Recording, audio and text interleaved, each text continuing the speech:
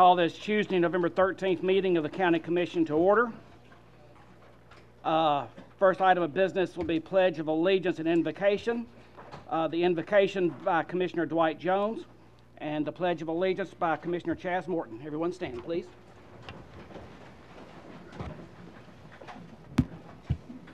Father, as we come to you tonight with heavy hearts, and I want to ask you to lay your hands on Nancy Sargent and all the Sargent family and just be with them and comfort them as there's time of, as we lost Charles, and not just a man for this county, but a man for this state, give his all for this county to make it what it is today. Be with our soldiers overseas, protect them. Be with our law enforcement and first responders here in this state and this county. Watch over them and be with us tonight as we do our business, and may we always look for you for guidance and just comfort everybody till we do what's right. In Jesus' name, amen. Amen. Please join me in the pledge. I pledge allegiance to the flag of the United States of America and to the republic for which it stands, one nation under God, indivisible, with liberty and justice for all.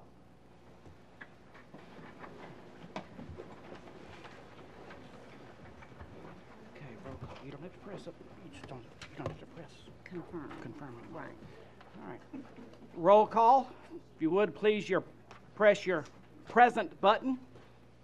You might remind them no need to hit. You do not have to hit confirm anymore. Just push your yes. Well, this is mine, isn't it? There he goes.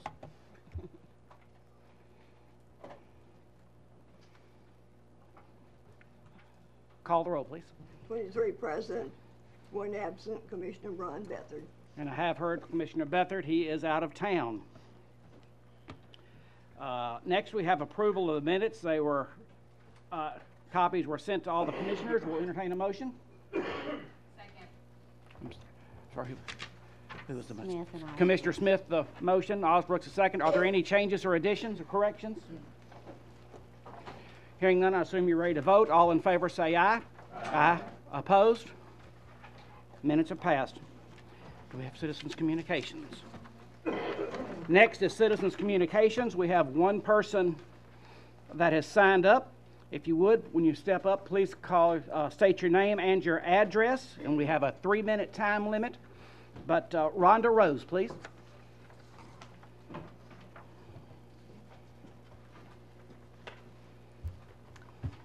I want to thank you for taking my remarks tonight. I am Rhonda Rose. I live in downtown Triune, and I've been a representative of the Triune Village on the Area Planning Committee. It's been an honor and a privilege to serve my community in that way, and to work alongside our excellent planning staff that we have here in Williamson County. As you have before you, presented to you tonight, the committee met several times in open gatherings with the community to the end of developing the plan that is being presented this evening. It's my belief that the key themes, the vision statements, the goals and objectives, the 4 character areas, and the recommendations outlined in the plan represent the desire of those in the Triune area to maintain our historic sites and the rural character of the part of the county that we love so much. It's my hope that you understand that this final plan to be what our residents desire, and that your body will approve and adopt it. Thank you. Okay. Under communications and messages, we'd like to thank the Sheriff's Department for security they're providing tonight. We always appreciate them being here. We have one late filed resolution, late filed number 11-18-32. If there are no objections, we will hear that tonight. Under appropriations. It's the last one under appropriations.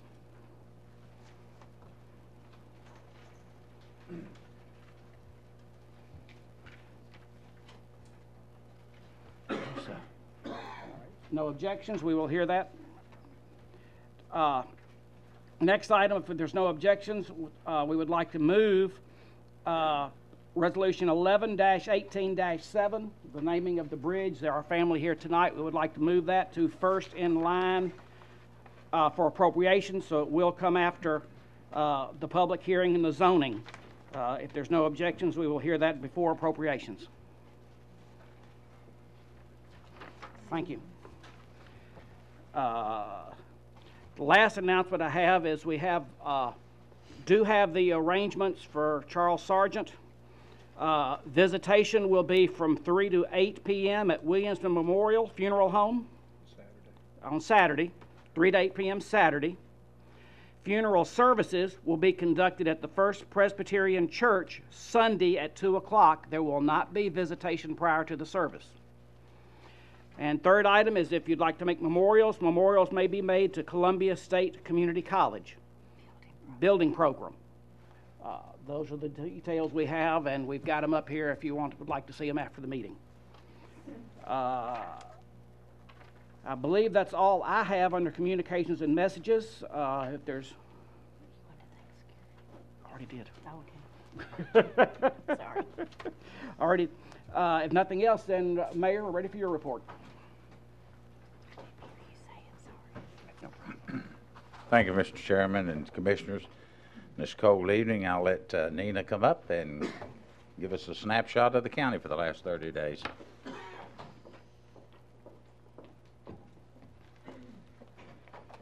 Thank you, Mayor, Mr. Chairman. In your packets tonight, we have the September monthly budget report. Nothing unusual to report the first 4 months into the fiscal year. The education impact fee report, you should have a revised report on your desk. The correction on that was under total collections. That was revised for a total of a little over 28 million. The portion that was allocated under the bonds was dispersed in November, so that will be reflected on next month's report. Also tonight we have the privilege tax reports. For the month of October, we've collected a little over 1.2 million.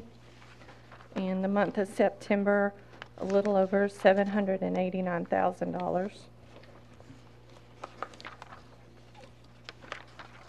The September Marriott, Cool Springs Marriott report shows a profit of $40,369. And also in your packet is a memo that has the CT0253 forms. These are the forms that are filed with the state once we have a bond issue. And Mr. Clerk, Ms. Clerk, we need that in the minutes, please. Our bond issue was $85 million for the GO bond with an interest rate of 3.4% and $45 million for the county school district bond of 3.89%. Also, we retained our Moody's AAA rating on that bond issue. Each bond issue, they look at the total debt for the county and issued the rating based on that. And that's all I have for tonight. Are there any questions? Seeing none? Mr. Chairman, the only other thing I had a couple of people ask me about the large company that's moving into Nashville with approximately 5,000 jobs before the meeting started. I don't know a lot about it except that they have chosen Davidson County for one of the regional hubs of Amazon, and the other large venture that was named today was an accounting firm that's moving about 600 jobs, so I'm sure we'll get our fair share of homes and children in Williamson County based on those two large transactions. I'll answer any questions. Are there any questions of the mayor? Seeing none, thank you, Mayor. Schools? Thank you, Mr. Chair. Obviously, I'm not Dr. Looney. Dr. Looney was in the office the last couple of days, but was unable to attend tonight. So I did want to give you all a little bit of heads up to follow up on what Mayor Anderson just mentioned. We have grown 83 students since the last time that we spoke with you last month. So 83 more students since last month. We're actually about exactly 65 short of the projections that we expected for our annual projections. So we're confident we're gonna catch up to that. We have 3 things on your agenda tonight. One of them is a housekeeping item to catch up with the budget regarding classified pay. A special ed related request is related to growth, and then the Entrepreneurial Center, which many of you have discussed with us. So we'll welcome any questions when those items come up. Okay. Commissioner Lawrence. Thank you, Mr. Chairman. Good evening, Jason. Hi. Thank you for being here tonight. Sure. This actually might be a Leslie question, but we do have 3 items on our agenda that are all monetary resolutions, and the total amount. My concern about these resolutions is the total amount that we're going to pull out of your fund balance if we pass all of these tonight will be $4 million or close to it. That's a lot of money to pull out of your fund balance that's not in the current budget for this fiscal year. So I guess my question is, are you confident that if we pass all of these tonight that you're going to be able to take care of all the other obligations that you need to within the framework of the budget that we passed in July if we pull the $4 million out tonight? Well, Commissioner, you were good enough to ask Leslie about that ahead of time, so I'm going to give you some numbers, and it's not because I'm a genius and have it in my head. But we are currently just under $4 million above our 3% fund balance requirement that the State Department of Ed requires of us at the beginning of the school year. More specifically, $3.988 million above our 3%.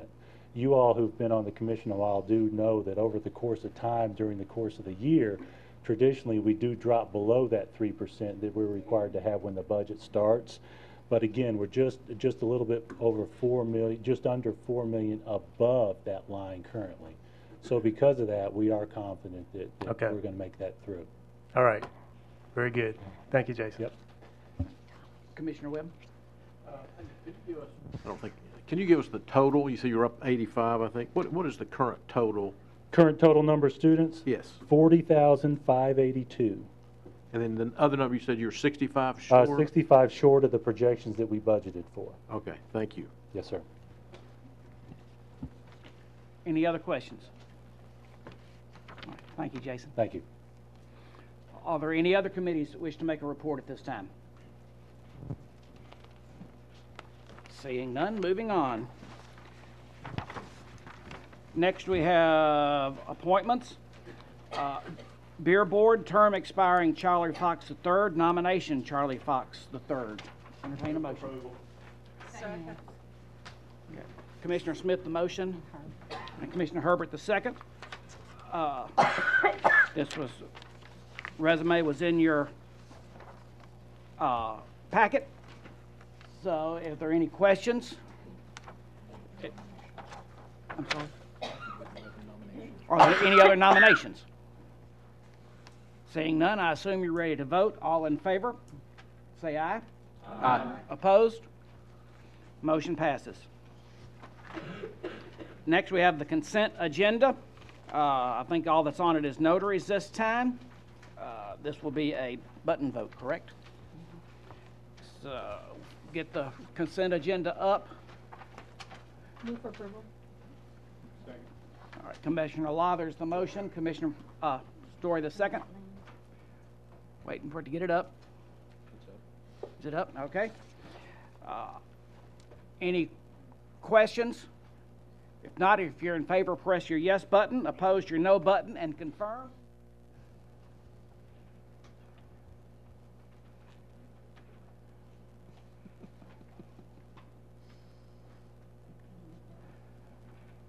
You don't have to press confirm anymore. Okay. All right, anyone wishing to change your vote, do so at this time. Record the vote, Ms. Anderson. 23 yes, 0 no. Resolution passes. Next, we have unfinished business. Resolution 11-18-1, resolution amending the general purpose school, the 2018-19 budget for $121,274 for an administrator for the Entrepreneurial Innovation Center from fund balance. Commissioner Beal? Yes, sir. Motion, please. Oh, I'm sorry. Move for approval. Thank you. Commissioner Smith, the second. Now, explanation. Thank you. This is the same resolution that was deferred from the last meeting. It's already been discussed a little bit here. It's a resolution to fund an administrator for the Entrepreneurial Innovation Center. I believe Dr. Looney was requested to get some additional numbers for a projected cost, and I think that was done by email, if I believe that's correct. Education Committee was 4-4, 1 against. The school board was 12-4-0 against, and Budget Committee? 5 yes, 0 no. Are there any questions?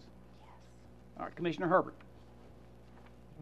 This resolution, you know, I spoke last time, but I'm speaking again because I really do have a problem with this. I feel like it was just an idea thrown out without a real plan, without a budget. And it was stated it was the first in the country. It's not the first in the country. BGA already has a program like this that's working very well, that's done during the school times. And also, I'm on the Ag Committee, and I work a lot with the Williamson County UT Extension, and they're already teaching some of these classes. They're doing the 3D printing, and they're also working with executives from corporations that are very talented and experienced with kids, so I feel like we're already doing some of this.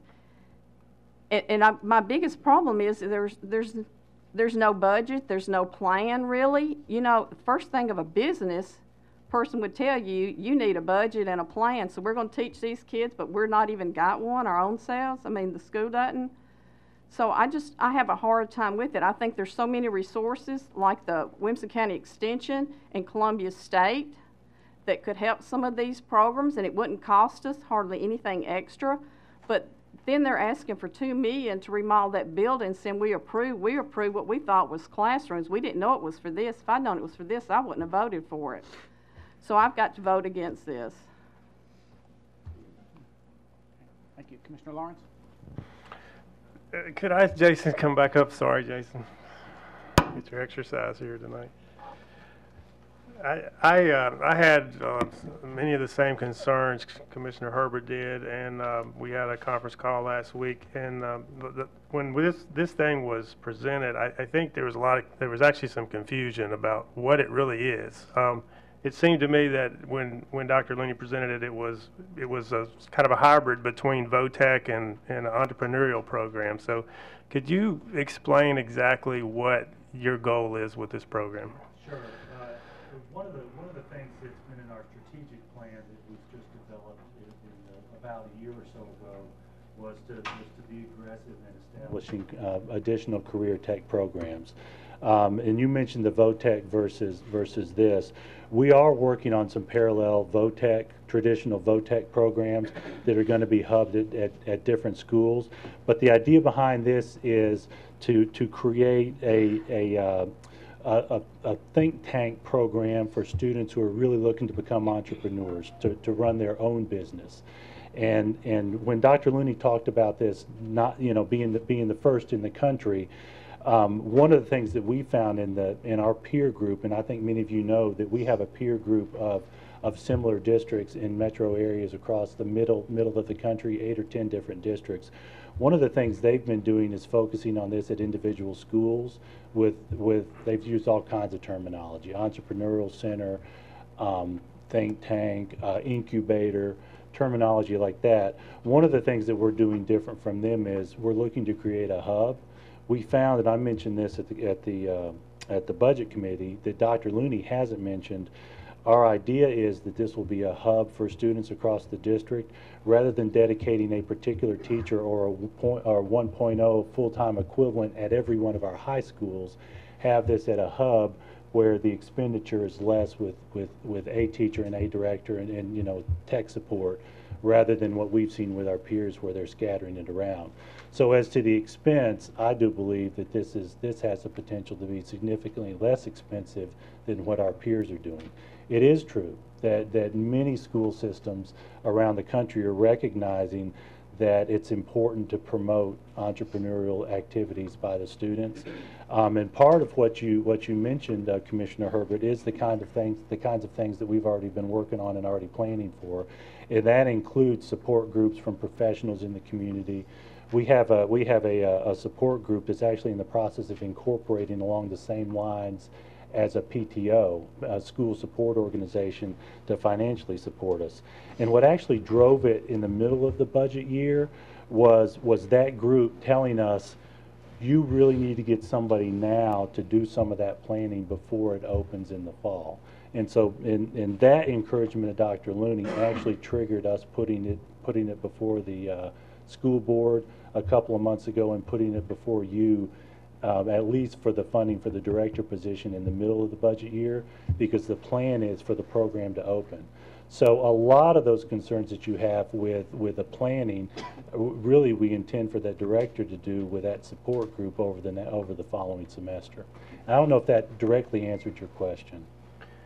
I think it clears up what the differences are between what you're trying to do in VOTEC, which I think that was not clear in the last meeting.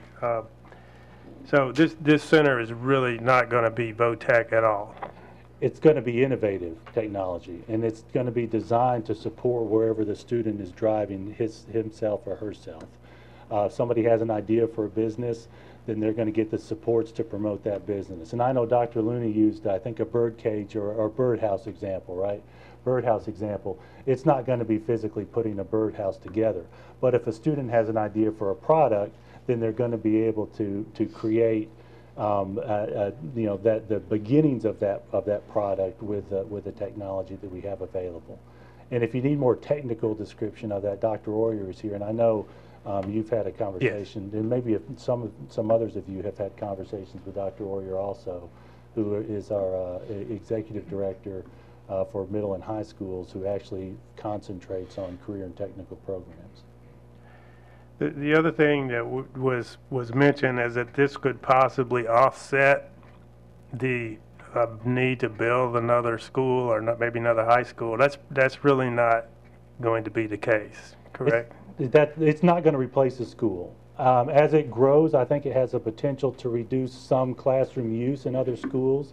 If we have a full program where students are spending half of the day at their home-based school and then half at Franklin, it might free up some student space, but it's not going to replace the school for our zoning purposes and for our 5-year capital plan purposes. Okay, and my last question is, in talking with Dr. Oyer last week, when Dr. Looney sent us the spreadsheet had no capital cost on it. Mm-hmm. And I know that you've talked to some businesses or maybe some business owners, and they have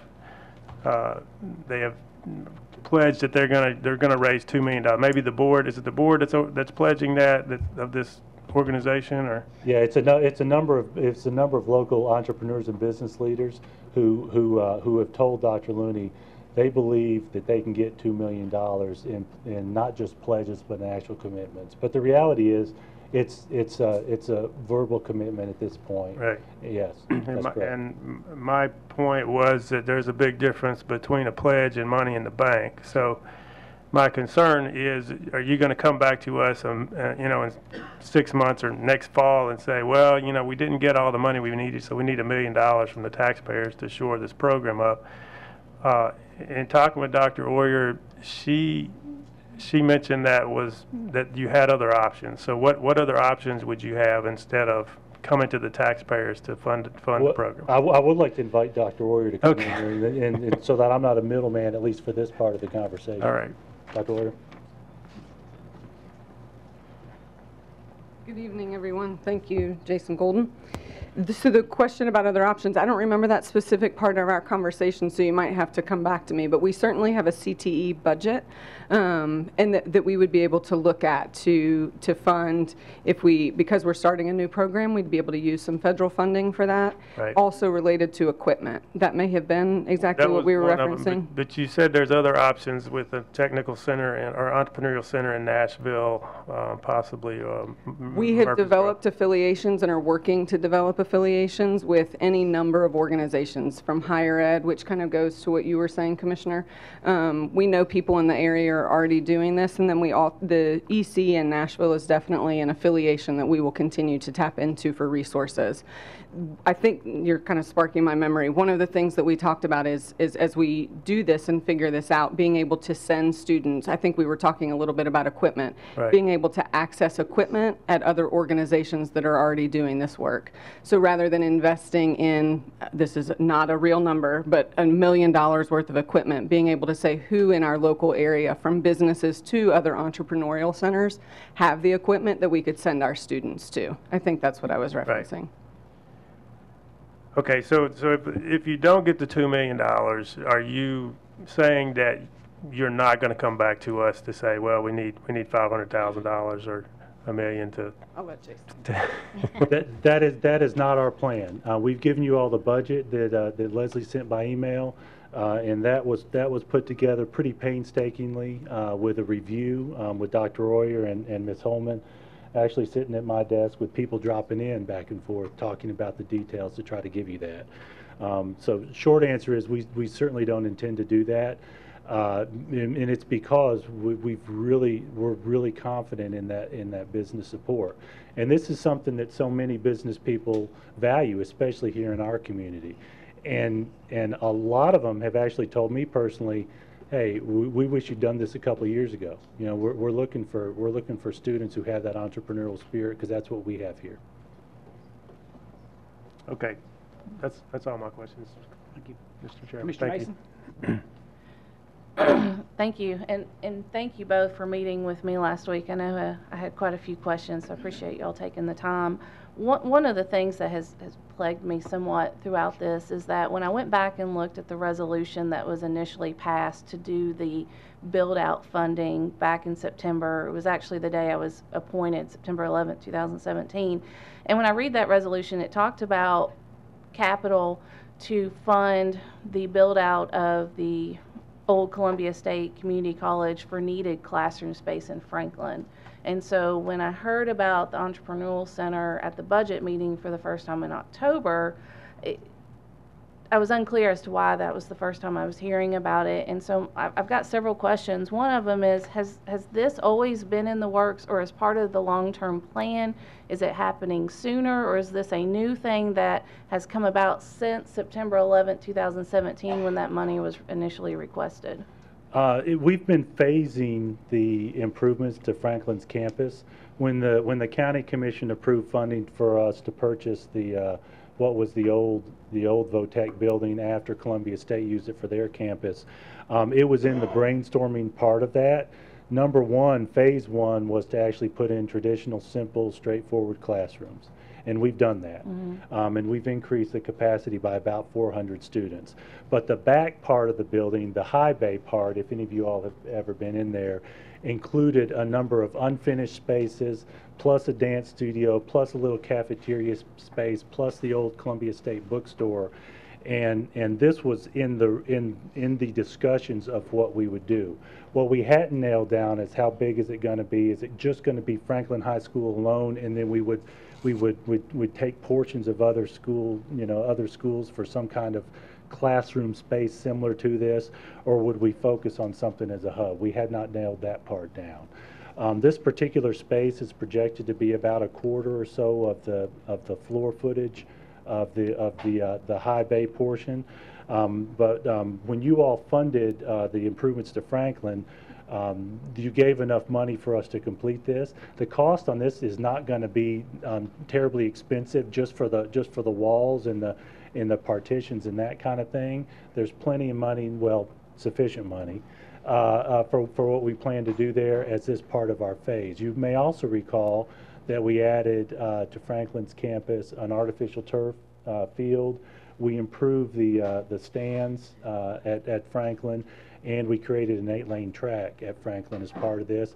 The final phase of the Franklin improvements, which you funded, would be to add some space for a field house athletic space closer to the football field.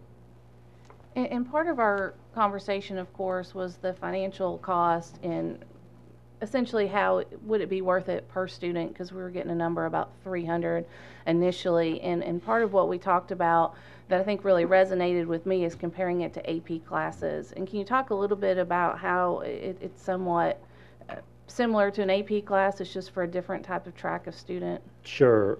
Tennessee has graduation requirements for all high school students, and it includes a focus area. I think of it as an area of concentration. And this will be one of our focus areas for students to graduate. The reality is the pupil-teacher ratio is probably going to be lower than a regular old math class or an English class, and that is true for AP. That's true for most of our career tech programs, and it's because we try to have a wide variety of offerings for the students, especially at the high school level. I mentioned at the county commission level, if you really look at per pupil, the most efficient grade levels are grades 3 through 5 because of the way the state breaks down the pupil-teacher ratio requirements for us. It's a lower ratio at the K through 2. Grades 3 and 5 are the same actually as grade 6, but grade 6 is in a middle school. And so if we're talking exclusively efficiency, we're just going to be talking the core classes. But if we're trying to give a broad base of opportunities for students, the pupil-teacher ratio is going to be a little bit lower. And that is actually also true at our smaller high schools as well, because we want to make sure we offer those classes at those schools. And my final question, of course, it all comes down to money, of course, as most things do. I know there is talk, of course, about looking at increase in teacher pay, so there's a lot of things coming down the pike. When you have to classify this, is this for the school classified as a want or a need? And if so, can it be funded as well as funding additionally what you want to do with the teacher increase in pay? Well, that's a challenge we face for years, and one of the struggles we have is when we have a strategic plan, it's difficult to prioritize one thing over the other, because you're in essence prioritizing one student's needs or wants over the other, what a student is looking to get before they graduate. And so inevitably we end up aiming for multiple things at the same time because we can't afford to just wait and do one thing at a time. I don't know if that answers your question, but it was a really good roundabout. Well, well, we're both lawyers, right? But we struggle. I mean, it is a struggle. It is a struggle. If we wait, then we do fall further behind on the goals that we set. And we're doing great, right? Everybody knows we're doing great. And one of the reasons we're doing great is because we continue to push that envelope. And that this is part of it. Thank you. Commissioner Ayala. Hi. Just a few questions for you. The first question goes directly to this job that's requested at this point, the EIC administrator. Mm-hmm. What role will he be serving or she be serving in the context of planning this technology center? Are they an educator? Are they developing curriculum? Are they reaching out to businesses? What is their role? Well, some of our instructional leadership right now is actually interviewing pending funding. We're not going to hire unless you all approve it. But this particular position could either be an educator or an entrepreneur, or both. Someone who has enough background to lead. Part of their responsibility in the short term is going to be fundraising, just as we discussed. Part of their role is going to be to set out the program, that focus area, to make sure that there are courses in place so that a student can complete that credit focus for graduation. Part of what they're going to be doing is looking for hiring to determine who's the appropriate teacher, to make staffing planning schedules for this center, which is actually going to be open more than the traditional school day, have evening hours as well. So it's all those logistical planning items that it takes to get something started. So it sounds like they're going to be doing a lot of the heavy lifting.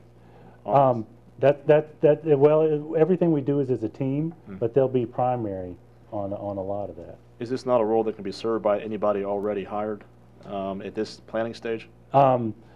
Short answer is no. I can give you a little bit of whys. Our per pupil expenditure is a little bit below average statewide, and so it's a kind of a myth on that side. If you think about this statewide, everybody says Williamson County has all this money. The truth is, you all have been wonderful on capital, but our per pupil expenditure is less. And what we know internally is one of the reasons is because we put our focuses in the schools, in the classroom, not at the administrative level. And so there really isn't somebody who's sitting around with all the time to do this planning. If we don't have this position early, then we're gonna have to find a way. But after the advice we got from the business leaders, Dr. Looney determined this is the time to ask for it, that they were right, that it's going to really take that kind of concentration. And then moving into sustainability of this endeavor, I know you've indicated that there is money pledged to be pledged for initial capital investment, but for this to be an innovative technology-centered function, technology gets obsolete pretty quick in the field of that. What plans, if any, are in place right now for sustainability, 1 year, 5 years? Well, so on the capital side, we have capital and operational. On the capital side, this group is in the process of incorporating just like what I think of as a traditional school support organization, PTO, where they will have role in membership, and it will be an ongoing support from this group. And that's a commitment that these individual business leaders determined needed to happen for this to get going. And so what they're doing is saying we're going to fulfill the role that traditionally is from a PTO and financially supporting, but it's going to be for this program because this program is important to us, important enough to us as a business group. So that's the sustainability on the private support side. Operationally, we do intend for it to be part of our regular budget this coming over the course of time, and you all saw the numbers on that in our email. And finally, one final question: as far as use by students, will this have the same benefit for students out in Fairview or Bethesda as it will for ones at Franklin High? Yes. So number one, if they're actually taking a course, then that's going to be available to them. One of the things we have planned is for buses to be able to take them based on their schedule, run them up to Franklin. We're actually going to have buses come to the hub. We're not running one bus for every school, but they'll pick up on the way at the high school level. We're also going to make it available after school, which is more than what has traditionally been done in some of these courses. So there'll be after hours for the entrepreneurial spirit. When somebody says, I like to work at night, it's going to be available for them to work at night. Also, students who have different areas of interest, whether it's accounting, whether it's legal research, whether it's marketing, R&D, all those kinds of things that might go into a business, it's going to be a hub for them to get together and work together on an individual's project. Thank you. Mr. Story? Thank you. Yeah, I appreciate all your time and the school board members that I've spoke to about this, answering my questions or attempting to. So I love the idea. But the biggest thing is, we're building something, or you guys are building something, and this is what you need this position to help fulfill the scope. But to piggyback on the bus piece. Are the buses going to be running until 7 o'clock at night? So we're scheduling buses for the actual coursework, and we'll take those students back to their schools at the end of the day. At this stage, we do not intend to be running the buses at night.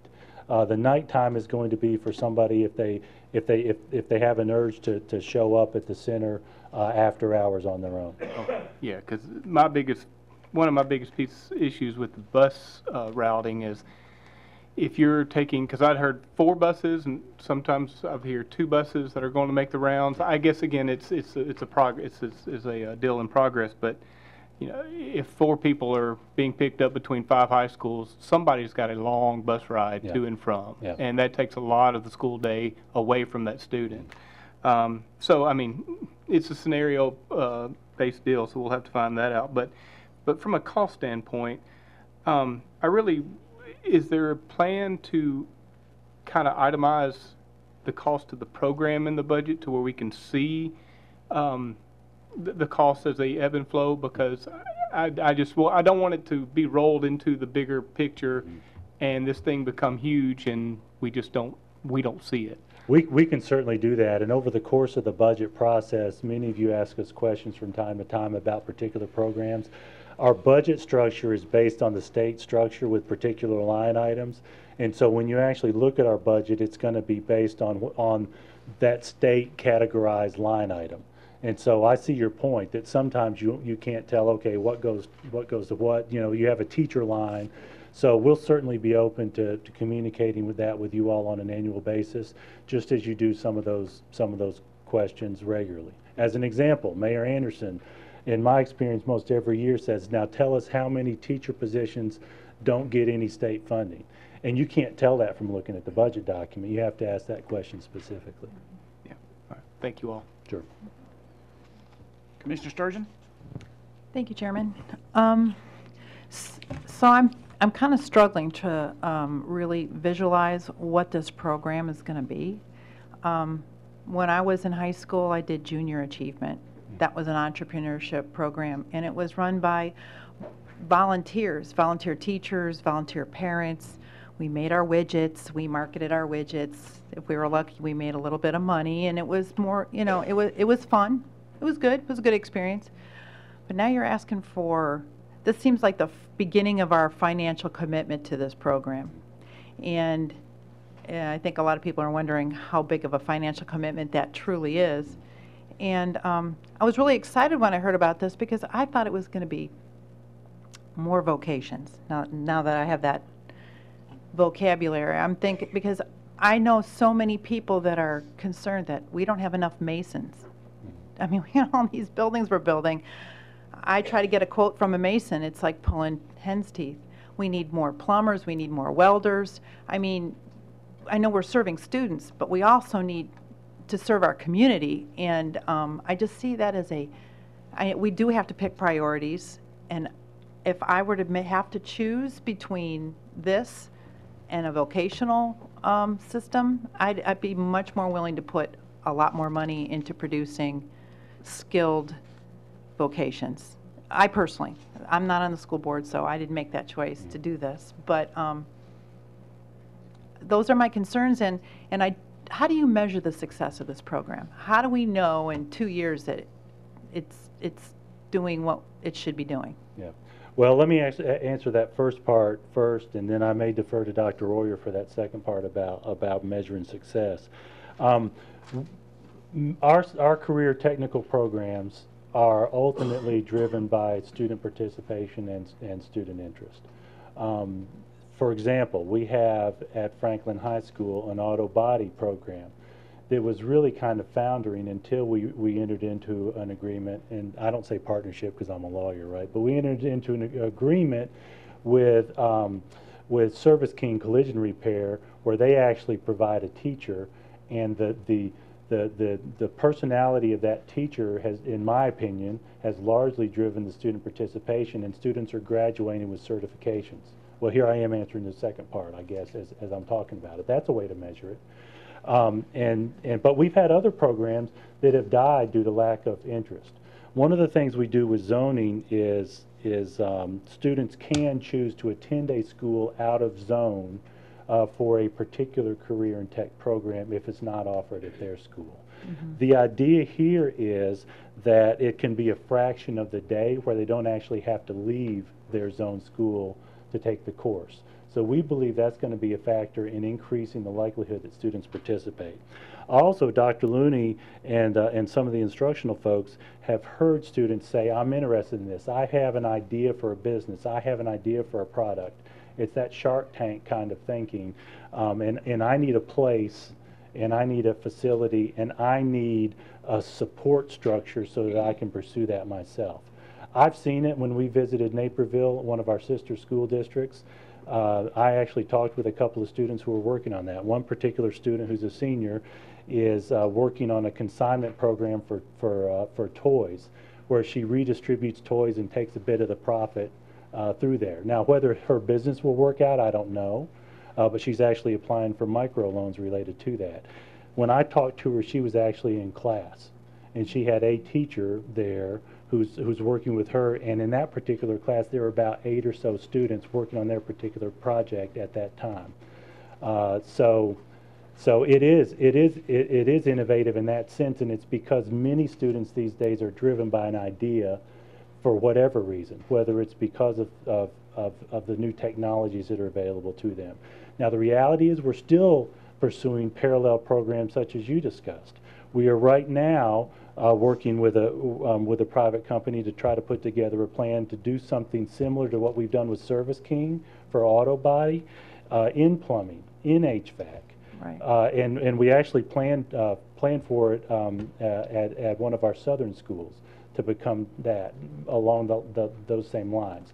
So to the question that was asked earlier, we're pursuing multiple things at the same time because we can't take turns on all this. We have to be aiming at a lot of things because we have a lot of students we need to serve. Mm-hmm. Dr. Royer, you may address the measurables other than certifications. Well, there's no certification for entrepreneurship. Not for entrepreneur. That's no, right. that's yeah. right. And you kind of answered it a little bit. The answer to how we would measure success in this space is different than how we generally are measuring success in our county in terms of the academic side of it. It's going to be far less quantitative, I think, in the beginning. We do want there to be relationships, for example, with MTSU. Columbia State was mentioned earlier. There isn't a relationship there to pursue at this time, although their ears have peaked up a little bit about this. So definitely those partnerships are a piece of it. When we have this conversation as an advisory group, the question is, how do we measure that? Sometimes in entrepreneurship, as many people in the room know, it's failure, right? Well, I don't want to stand in front of you and say we're failing so many kids, right? Because that doesn't feel like success. But we are grappling with how will we measure it. One of the ways that I think about it is the amount of mentors that we have. How many adults do we have coming into this space to say we want to work with young entrepreneurs, people who have the entrepreneurial spirit, who have failed and now have success and are able to pour that back into our students. Another way is through the speaker series. So folks who might say, I don't have the ability to come and be a mentor for X number of hours, but I have something to share and I want to be a part of that space and a part of this ecosystem that we're trying to create. And then lastly, as Mr. Golden has said, we are planning on having concrete programming. So we've kind of thrown around what's going to be happening in that space. There will be concrete academic programming happening. And so the number of students who are accessing that programming, which will be a special program that we write for the state to get permission from them to teach it, that will be built by educators and entrepreneurs and business folks in our community. So students accessing that special course, as well as doing the kind of capstone program that will be the final echelon of the program, which is like a work-based learning. I'm trying to use language that you guys might be familiar with in terms of like an old school internship, where students really are engaging in lab work in our facility or in places like the Entrepreneur Center in Nashville. So this financial commitment of administrator, is it like a year? I mean, how long before we have results where we go, okay, this was good, or maybe not? Well, the actual students will start in the fall. Yeah. And so they'll start getting credits with this fall. And in December, we'll have numbers for how many students have gotten a course credit for that. So we can give it a year and see what happens? You all certainly can choose to fund fund our budget, right? And that's ultimately where it's gonna lie. I don't envy you all having to make decisions on the revenue side, right? You're on that side of it, but we are going to continue to measure it. And can I tell you that, hey, if we don't have blank number of students at this point, we're going to shut it down? I can't tell you that. Because sometimes with these career and technical programs, it does take a year or two for those floodgates to open. So do I hear you saying we know it's successful because we have students doing it? That's Not inherently, but that's an element of it, right? That's a financial element of it, because we have had career technical programs where we couldn't sustain a teacher because there weren't enough classes over the Right. course of the day for the teacher to teach. Yeah, but I'm saying, okay, let's say we have 300 students that want to do it. Then what? Well, we don't have a number for that, but if there's 300, we may end up with another teacher. And to your point earlier, Commissioner, that may be when you start seeing, okay, we've got a little bit more capacity in some of our schools because the numbers have really grown. Thank you. Commissioner Hudson. Yes, you've answered some of my questions that I had already. You know, first of all, I do applaud our school system for pushing and promoting critical thinking and allowing a problem-solving ability for the students. Commissioner Herbert raises a valid point with the fact that have we reached out to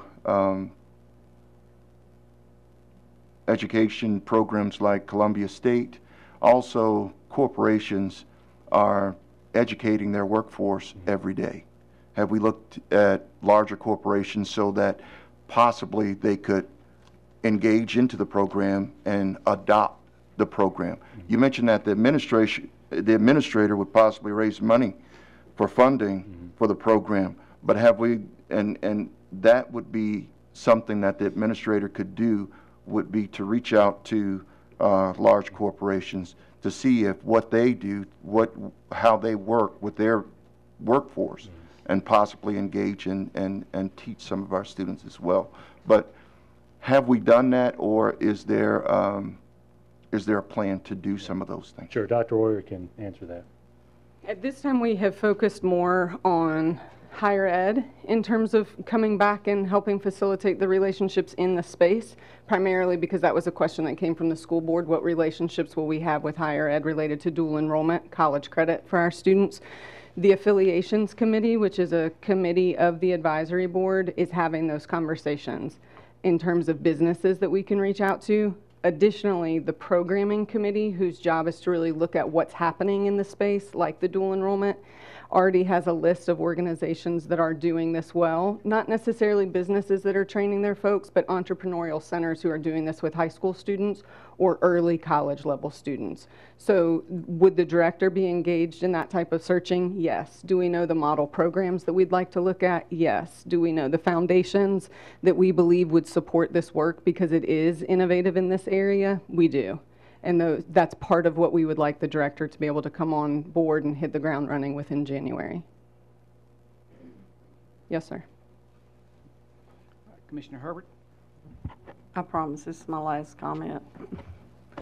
One of my problems with this is instead of during school hours, this is from 7 in the morning to 7 at night.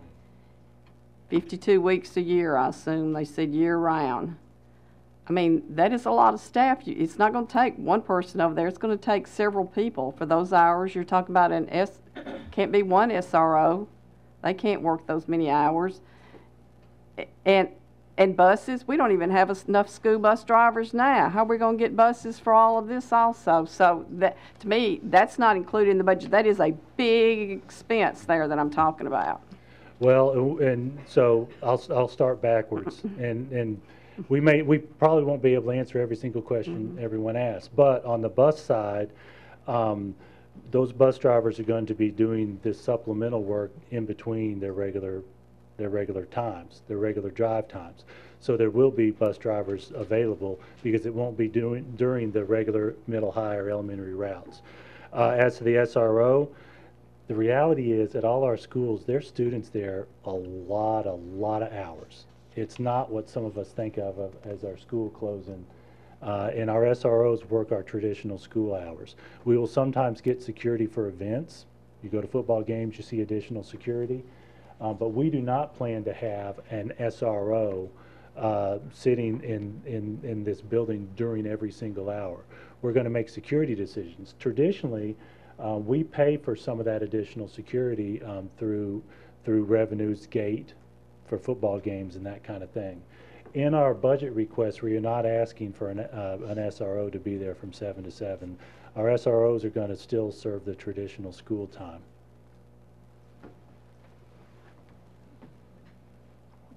Commissioner Lawlers? Thank you, Mr. Chairman. May I ask just two quick things? One is that with the concern about the resolution that was passed in September of last year, was prior to my time, does council, if you could ask council, do they have any concerns about the wording of that? Are we under the purview of that approval? Are you comfortable with that? Yeah, we're comfortable that the educational purpose is met, and there's really some limitation as to how specific you can be with your intent to fund anyway, but we think this would certainly meet it. Okay, thank you.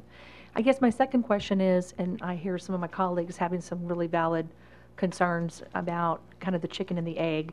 It's almost like we need the position so we can explore and develop the program, but then we're also wanting these intangibles that are not tangible at this point in terms of numbers. Is it possible to have this director, if we fund it tonight, report back not only to the school board, but to this commission in a proper amount of time so we could just, get a little bit more details before we feel like we're going to be in a position in the future to provide additional funds? Sure, absolutely. Okay, thank you. No problem with that. Yeah, Dr. Roy actually whispered to me, can she ask a clarifying? We'll just add an additional thought because it's been said a couple of times. I really want to go off the chicken and the egg and describe a long metaphor to tell you exactly where we are, but I think I would embarrass myself in front of anybody who knows what that is. I just want to make sure that it is abundantly clear to this group that the amount of work that has gone into this is not small. So this conversation has been going on for about 18 months, and the amount of programming and the things that are happening, we are no longer in the exploration stages.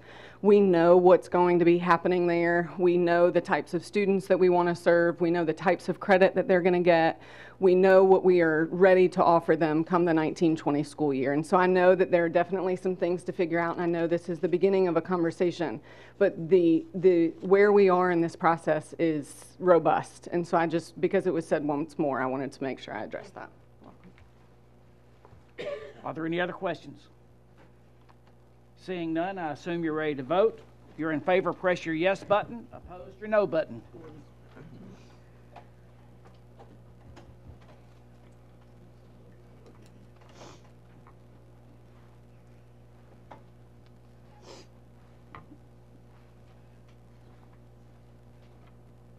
Commissioner Lawrence. He's trying. I hit confirm. Don't hit confirm. Yeah, just hit the button. I did. Okay. There we go. All right. Anyone wishing to change your vote, do so at this time. Record the vote, Ms. Anderson. 19 yes, 4 no. One abstain. Looks like. So, Oh, no, one absent. One absent. Oh, excuse me. Can't. It's not on my resolution passes. Okay, I think we're ready for a public hearing. At this time, the next item on the agenda is for the public hearing. A resolution to amend Article 20 of the Williamson County Zoning Ordinance regarding setbacks for non-traditional wastewater disposal systems. At this time, we will open the floor for public comment. Anyone wishing to speak to this, please come up, state your name and address for the record, please.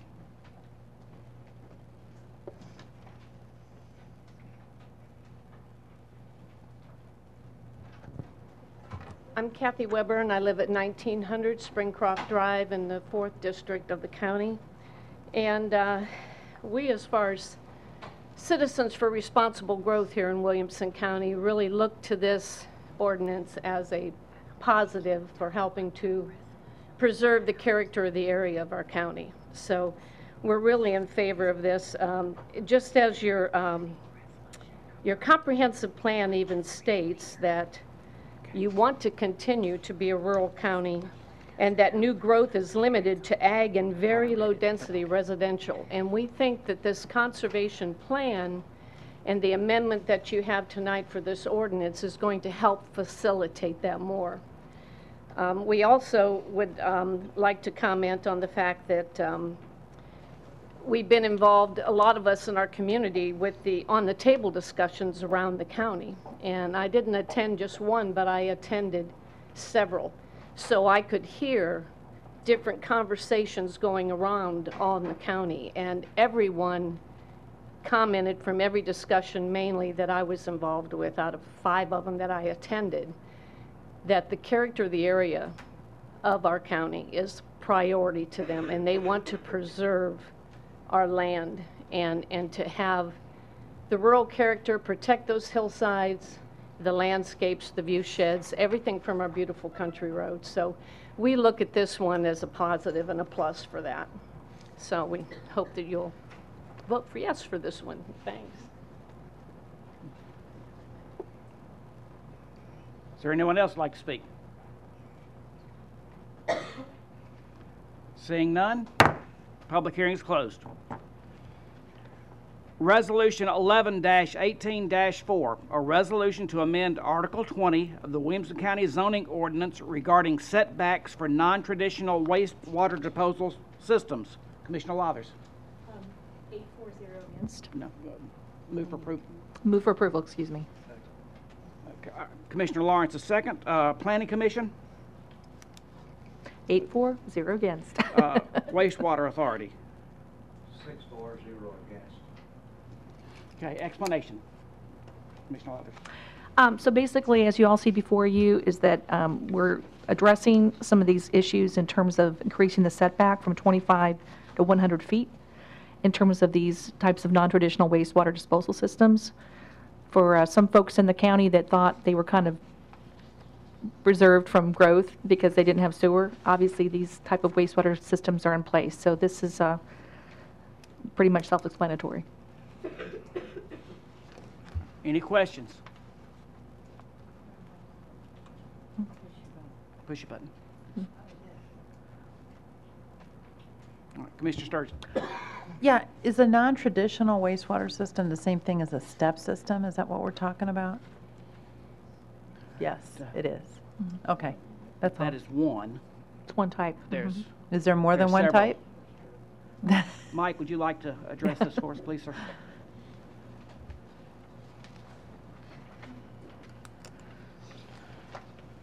Thank you. Good evening, Commissioners. Step systems are one type of non-traditional wastewater system. Yeah, and so how many are there that this would apply to? There are currently somewhere in the neighborhood of 15 to 20 systems. So this would only apply, of course, to new systems that are being constructed. Okay. What's the, what are we achieving by making the setback bigger from 25 to 100 feet? Currently it's 25 feet, as you know. The Planning Commission has been reviewing a number of subdivisions where these systems are utilized to serve the subdivision. This is in response to a lot of concerns that have been expressed by citizens regarding that distance, and so the Planning Commission felt that increasing the distance from 25 feet to 100 feet would respond to those concerns and result in better development. Can you just give me an example what a concern would be about whether it's 25 feet versus 100 feet? As one example, the Planning Commission has fairly recently reviewed a proposed subdivision on Long Lane where one of these systems has been approved to serve that development. There were a number of concerns raised by the adjoining property owner who felt like that the close proximity of that disposal system to their property could result in some negative impacts on their property and some ponds that they had on the parcel. Oh, okay. And that sort of thing. So the Planning Commission felt that it was appropriate to increase that distance. Okay. Thanks, Mike. I appreciate the explanation. Commissioner Jones? This would have any impact on cities that might be employing these systems, though, correct? This only applies to these systems In within the unincorporated unincorporated area. county. Yes, sir. Go ahead, Mr. Wright Jones. Mike, what drove us to do this? I understand neighboring property owners. I guess, I mean, I know obviously we're trying to kill growth, I guess, but what's driving this train, I guess? Well, as I mentioned before, Planning Commission has, for the past year or so, been wrestling with some of the, particularly the conservation subdivisions that they've been seeing And a lot of citizens have been expressing concerns. Some of you all have, Planning Commission members have, really not to stop development at all, but more with respect to how some of these subdivisions are being executed and how they're, how the end result is playing out. And so in response to some very specific concerns about this particular issue, the Planning Commission felt like increasing that from 25 to 100 would better protect surrounding property owners and result in better development. If I may, Chairman. So we're only pertaining to subdivisions here. A Well, single home out in the county, we're not affecting them at all. This only would relate to these non-traditional wastewater treatment and disposal systems that would have nothing to do with traditional septic systems.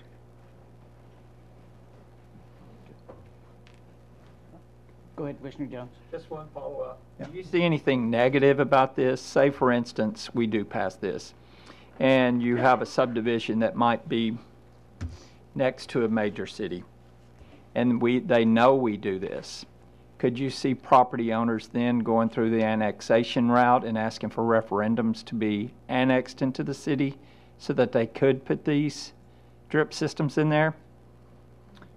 Well, so keep in mind that these types of systems are already permitted in the unincorporated county. But I'm just, I'm asking with this regulation, could you see some developers saying our way around this is to annex into a city? I think it's unlikely that a change like this would cause that to happen. Okay. If we see it down the road, no, I'm surrounded by cities, so Right. that's one of my concerns. Any other questions? Seeing none, I assume you're ready to vote. I'm sorry? All right. If you're in favor, press your yes button. Opposed, your no button. Oops.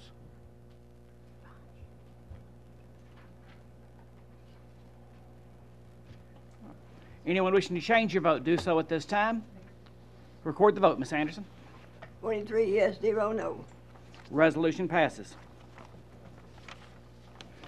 Next, we have another public hearing. Public hearing regarding Resolution 11-18-5, a resolution to amend Article 14 of the Williamson County Zoning Ordinance regarding requirements for open space strips related to conservation subdivisions. If anyone would like to speak on this, the public hearing is now open. Please come forward and state your name and address.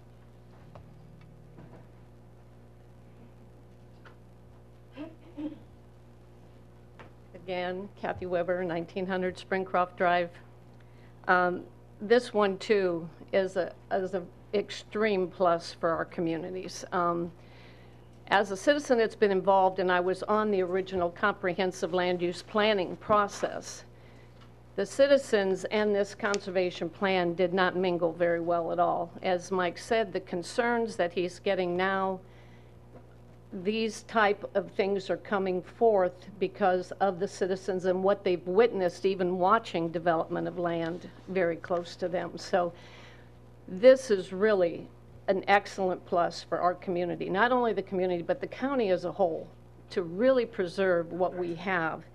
And in your goal 3 of your land use, it states that well-defined development in rural areas will be reflective of low-density development that are designed to maintain the true, and it's capitalized, rural character of the area.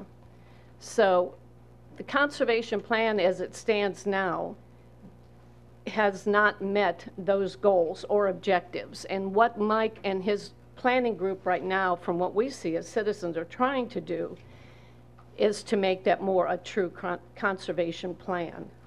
And in the serving as a citizen on the advisory committee for the transportation study, it came up there that one way to help with the burden that the county's having, not only with financially for the city or for the schools and for our roads, was to go in and look at the land use plan, because that was a type of a resolution that would not cost the citizens money. And by going through the comprehensive plan, the land use plan, and the regulatory tools that help development in our county is going to help and to minimize some of those impacts. And 5,000 people coming, Jason said they might be coming here, but from what I understand, they want them to be able to walk from downtown to the building for the Amazon building. So I don't know how many we will get here. But anyhow, but we look to this, and we hope that you approve this one too, because these setbacks will really help the character of our communities. So thank you.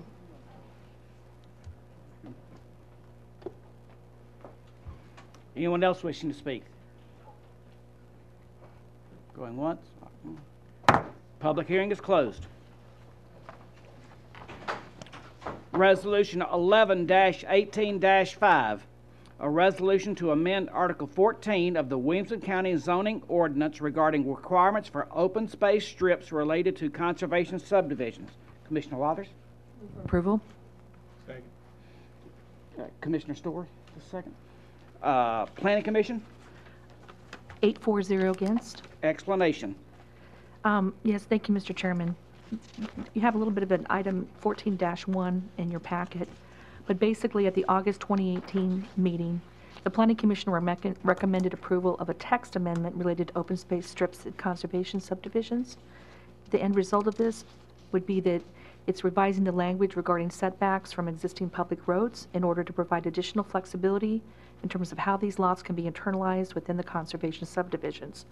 I would just maybe add with your document, if you could look at page 2, it appears that at first glance that maybe everything in red is what we're voting on, and Mike can correct me, but I understand from our discussions at the Planning Commission that really what the changes are for the new languages are in item number 2 on that second page. Everything above in red is already currently part of the ordinance.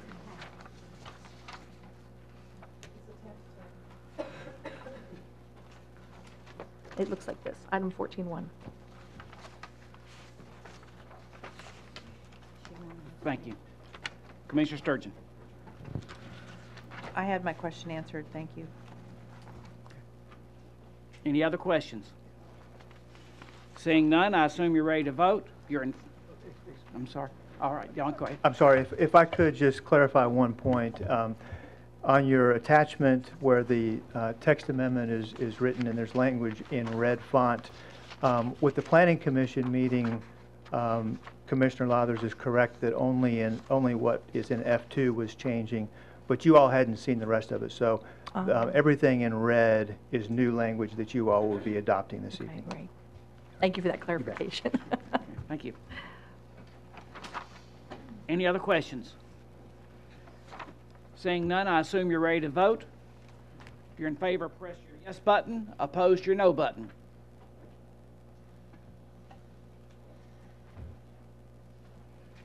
Anyone wishing to change your vote, do so at this time. Record the vote, Ms. Anderson. 23 yes, 0 no. Resolution passes. Resolution 11-18-6.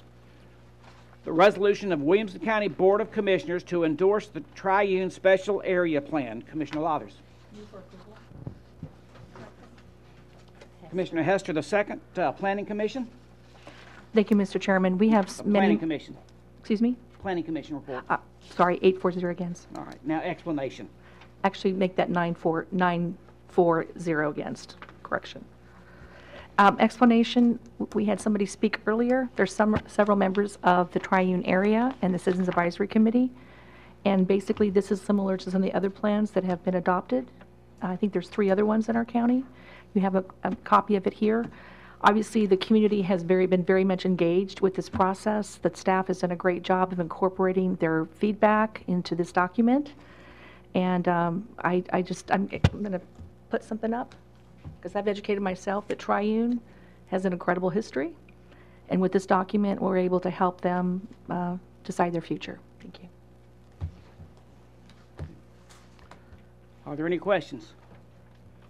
Before we vote, I would like to thank the committee and the planning department for all the work they put in, the extra hours, the night meetings. We had lots of public input on this, and I'd really like to thank them for all the effort they put in. Commissioner Jones. Mike, I guess my main question, if anything changes with anybody's property I'm assuming they're on board with it, or is it gonna affect anybody that's not aware of what's going on? This was a very public process. We had 6 public meetings. We also worked with the Citizens Advisory Committee. We felt like there was very good support among the community for the recommendations of the plan.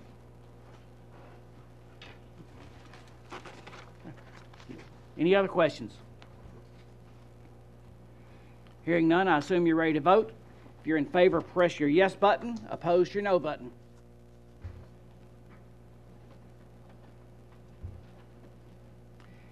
Anyone wishing to change your vote, do so at this time.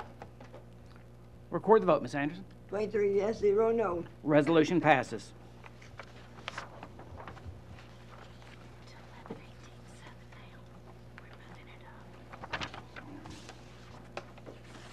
I just turned it over. Resolution 11-18-7. A resolution to name a bridge located on Arno Road in honor of Mr. Thomas L. Ham for his years of military service to the United States of America and his many years of service to his community. Commissioner Lathers. Commissioner Dwight Jones II. The Highway Commission was 5-4-0 against. Explanation? I'd like to call Mr. Hood, if he would, to come to.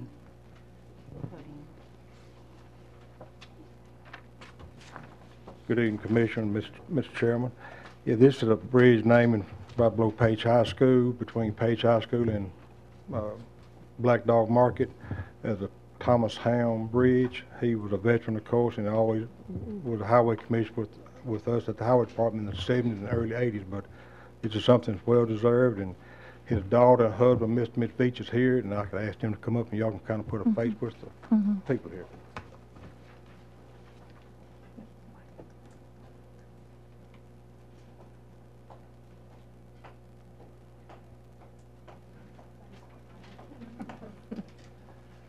This is his daughter, Miss Beach, and you want to say a few words? Well, I'd just like to thank the commission for even, I guess, considering this. We had several people ask us, why did we not request this be done? So if it passes, then I will speak on behalf of the Ham family. We truly appreciate it. My dad loved the Highway Commission, and he worked many years on that. So we're very excited about it. Thank you. Thank you. Are there any questions? Seeing none, I assume you're ready to vote. All in favor, press your yes button. Opposed, your no.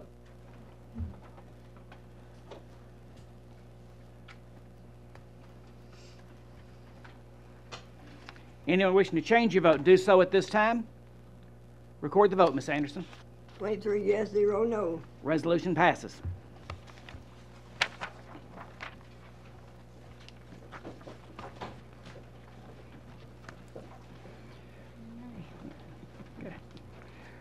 Resolution 11-18-2. Resolution appropriating funds for raise and second phase of the classified pay adjustment in all funds for the 2018-19 budget year. Commissioner Beal. Move for approval.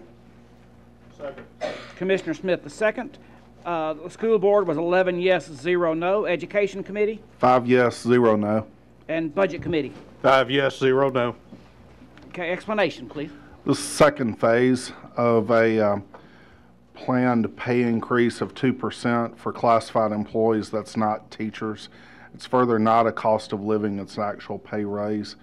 This is the second of a third phase process. I think corrected, it is not a 2%, it is based on the schedule. Sorry, thank you. Are there any questions? Commissioner Mason. Question is, if this was a planned pay raise, why was it not in the budget? And there may be a simple answer for that, but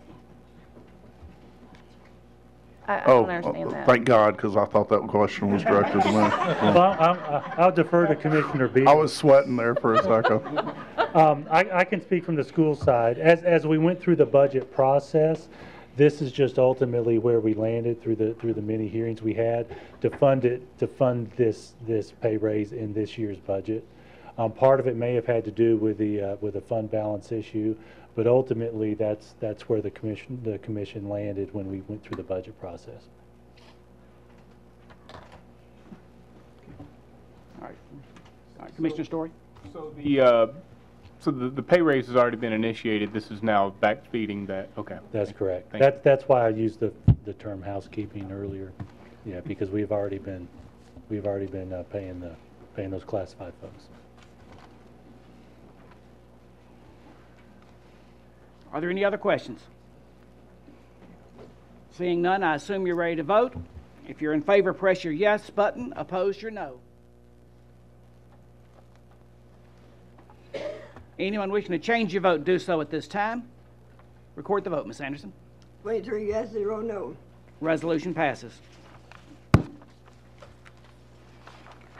Resolution 11-18-3. Resolution amending the 2018-2019 general purpose school budget $389,976 for 2 additional early childhood education classrooms from fund balance. Commissioner Beal? Move for approval. Second. Commissioner Osbrooks is second. School board was 11-4-0 against. Education? 5-4-0 against. Budget committee? 5 yes, 0 no. Explanation. This is additional funding for 2 early childhood education classrooms. It's broken down pretty clearly as to the amounts requested in the body of the resolution. Are there any questions? Commissioner Lawrence. Jason, you need to tell Dr. Looney he owes you lunch this week. We're done tonight. Usually this as well. So you have to pay. I have a question. We've been tossing around the idea about this early childhood education program. Just to clarify, it is not state required or federal required, correct? No, that's not correct. The early, so we have two programs for students prior to kindergarten. One is a pre-K and one is early childhood, or EC. The early childhood program is for children with disabilities aged 3 to 5 who have not yet started kindergarten, and it is federally mandated. Mm-hmm. It is, but they don't give us any funding. Well,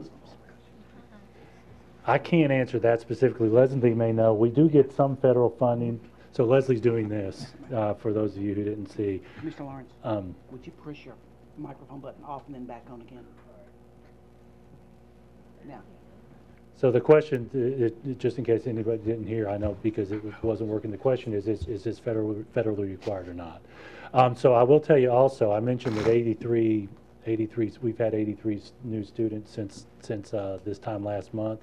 By my math, 23 of those are these students with special needs who have hit that age or have recently moved in. So how many students total do we have? Oh, let's see. As I'm pulling it up, one of the requirements is that we also have a peer group, and so each class actually has an equivalent number of students with disabilities to peers. And so when we get a number of students with disabilities, we have to have a peer so that they're in a program that matches in that way. And 586 is the number off the top of my head, but I want to double check myself.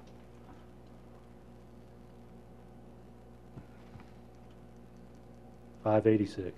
Okay. So we've talked about in the last 3 or 4 years as I've been in various meetings. Is this on or not? It's not working. It doesn't sound like it's on. Let me try it again. Oh, you turned it off again. Well, I thought it might restart. Well, it didn't. Are you turning me off? There you go. You're Okay, going now. thank you. Rather Thank you, Diane.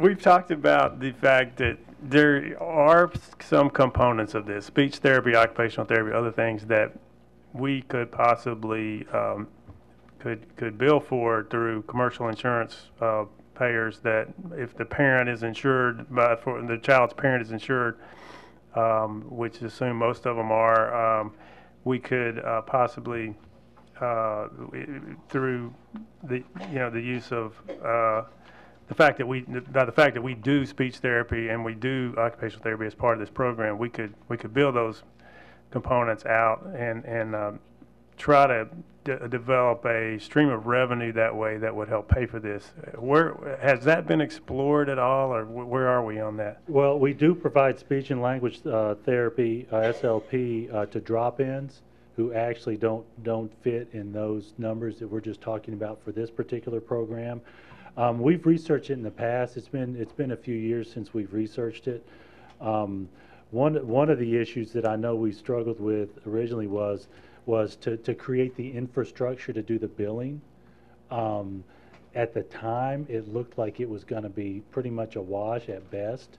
You know, it reminds me of sometimes when we're told, hey, you've got a grant, but you're going to have to get an administrator to do the grant. Mm-hmm. That's my recollection of what we were facing at the time. But we can certainly review that because it has been a while. I don't have the details in my head because it has been a while since we've done that.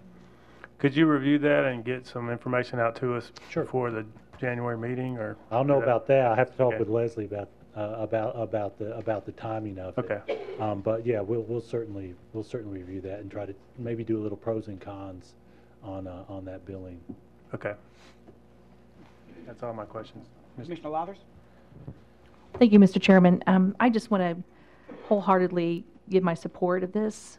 With the growth that we've encountered in the county, I understand that some of the speech pathologists and those needs have not always increased with our growth. And I'm sorry if I get emotional. I'll try not to. But I have a daughter who is severely speech delayed as a child, 18 months old, was at Vanderbilt 4 days a week under Tennessee Early Intervention Services. We transitioned to the county when she was age 3. You move from a medical model to an educational model. It is only by these incredible services she received that she went on to not need an IEP later for reading. She was reading delayed as well as her speech and language delay. She went on at Ravenwood to be an honors English, and she's in college today. So when we can reach these children before their brains are fully formed and developed, it's 0 to 3, 3 to 5. That's why the federal government requires the county to do something until 5 years of age. So if anybody has any question about what this does for the education of these children who start out life with challenges, please talk to me. Please support this. Thank you. Thank you, Commissioner Story. Yeah, two things. I wanted to echo what Commissioner Lathers said. I have one of my daughters had the same, maybe not the same issue, but a speech issue as a child, and those services helped her tremendously. But and to the point to where you wouldn't think she's my child because she speaks so proper. But to point out one of the things that Commissioner Lawrence pointed out, could we potentially look at, instead of bringing it in-house, a third party? Because we don't know in terms of potentially running insurance or trying to collect that way, because we have no idea how, if it works and it takes off, we wouldn't be able to ramp up and scale to potentially up and down. So I think a third party may be something we look at as opposed to trying to bring that processing in-house. Just an option. Sure. Thank you.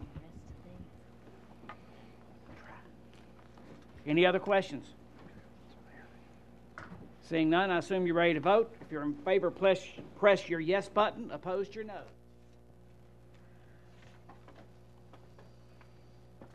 Anyone wishing to change your vote, do so at this time.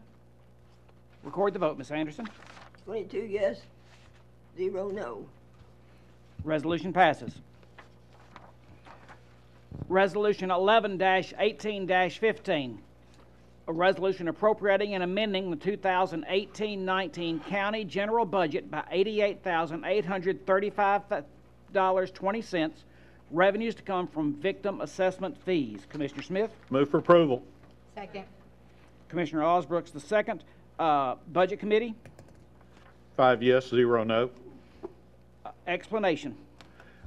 These are funds generated through fees that are dedicated to helping victims of crime. There is an organization that is meets the requirements of the government that provides those services to those victims.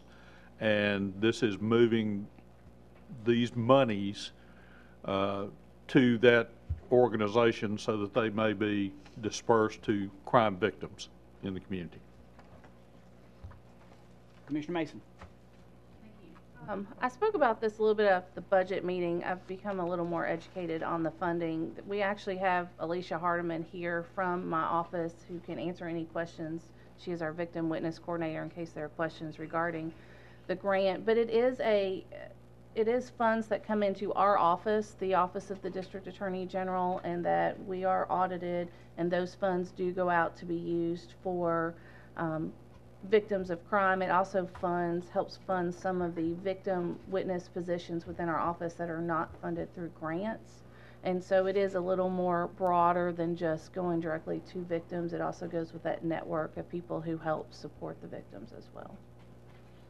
Thank you. Are there any questions? Seeing none, I assume you're ready to vote. In favor, press your yes button. Opposed, your no button.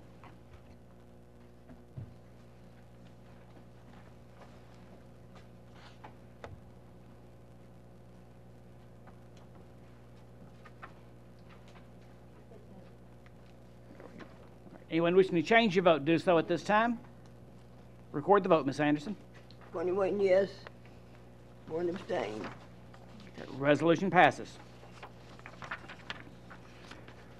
Resolution 11-18-17, a resolution appropriating and amending the 2018-19 Animal Control and Adoption Center budget by $15,000 to fund a temporary vet tech position, revenues to come from donations. Commissioner Smith? Move for approval. Second. Commissioner Osbrooks the second. Public Health Committee? 7-4-0 yes. Budget Committee? 5 yes, 0 no. Explanation, please. Friends of the Animal Control Center are providing a donation of $15,000 for a temporary vet tech to be able to provide more push through, if you will, more volume in terms of surgeries that are being done by the regular vets there. Any questions? Seeing none, I assume you're ready to vote. If you're in favor, press your yes button. Opposed, your no button. Commissioner Lawrence? There it goes. All right. Anyone wishing to change your vote, do so at this time. Record the vote, Ms. Anderson. 22 yes. Resolution passes. Resolution 11-18-18, a resolution appropriating and amending the 2018-19 Health Department budget by $2,283.61, revenues to come from state grant funds. Commissioner Smith? Move for approval. Dwight Jones. Commissioner Dwight Jones the second. Public Health Committee? 7-4-0 against. Budget Committee? 5 yes, 0 no. Explanation. These are funds generated from seatbelt and car seat violations that are provided through the health department to help provide car seats and other safety equipment for children, for families who meet financial criteria. Any questions? Seeing none, I assume you're ready to vote. All in favor, press your yes button. Opposed, your no.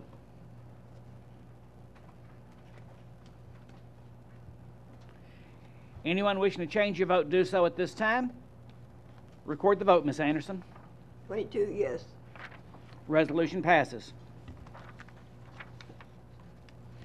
Resolution 11-18-19, resolution appropriating and amending the 2018-19 library budget by $26,605.55, revenues to come from donations, contributions, and fines. Commissioner Webb? Move for approval. Second. Commissioner Dwight Jones the second. Library Board? 6-4-0 against. Budget Committee? 5 yes, 0 no. Explanation, please. As you can see here, Mr. Chair, these are donations from the City of Franklin, fines, and other funds, and this will be used for books as per the City of Franklin request, and then other expenses for the library. Any questions? Seeing none, I assume you're ready to vote. If you're in favor, press your yes button. Opposed, your no button.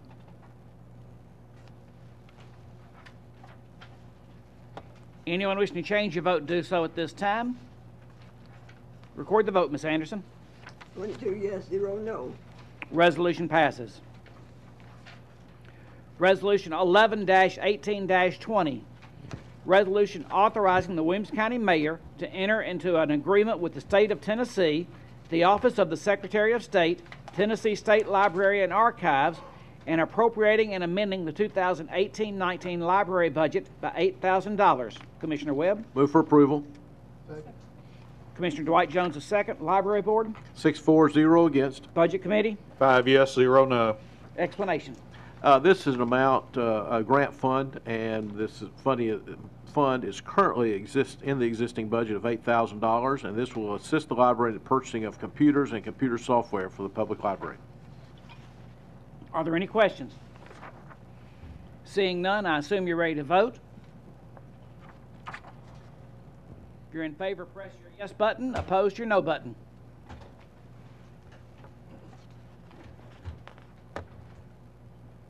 Commissioner Sturgeon, there you go. All right. Anyone wishing to change your vote, do so at this time. Record the vote, Ms. Anderson. 22 yes, 0 no. Resolution passes. Resolution 11-18-21. Resolution authorizing the county mayor to enter into a grant agreement with the State of Tennessee Department of Safety and Homeland Security and appropriating and amending the 2018-19 Sheriff's Department budget by $40,000. Revenues to come from federal through state grant funds. Commissioner Jones? Move for approval. Second. Commissioner Dwight Jones, the second. Law Enforcement Committee? 6-4-0 against. Budget Committee? 5 yes, 0 no. Explanation, please. This is a grant that is given to us through the state and Department of Homeland Security. For a lot of this is for expenses dealing with DUIs. It's under the second whereas, all these programs that could be affected and helped with these funds. Are there any questions? Seeing none, I assume you're ready to vote. If you're in favor, press your yes button. Opposed, your no button.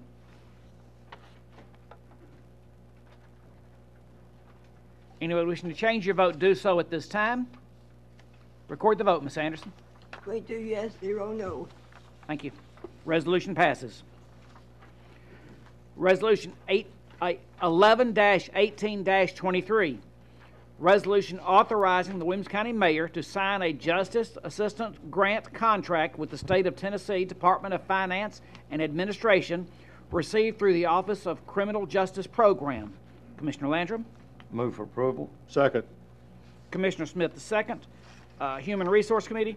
4-4-0 against. Law Enforcement Public Safety? 6-4-0 against. Budget Committee? 5 yes, 0 no as amended. I'd like to introduce an amendment to establish the dollar amount of $100,000 on this resolution. Second. Commissioner Ricky Jones, the second. I'm sorry. The amendment was in your package. Thank you. All right, explanation? Yes. We need to vote on this first, but I guess the amendment. Any questions on the amendment? Seeing none, I assume you're ready to vote. If you're in favor of the amendment to add the language for the $100,000, press your yes button. Opposed, your no. Anyone wishing to change your vote, do so at this time. Record the vote, please. 22 yes, 0 no. The amendment passes. Now we're back to the motion as amended with explanation. Yes, this is for the juvenile court system with a grant through the Tennessee Department of Finance for counselors and services for use at low and high risk of reoffending. Are there any questions? Seeing none, I assume you're ready to vote on the resolution as amended. If you're in favor, press your yes button. Opposed, your no button.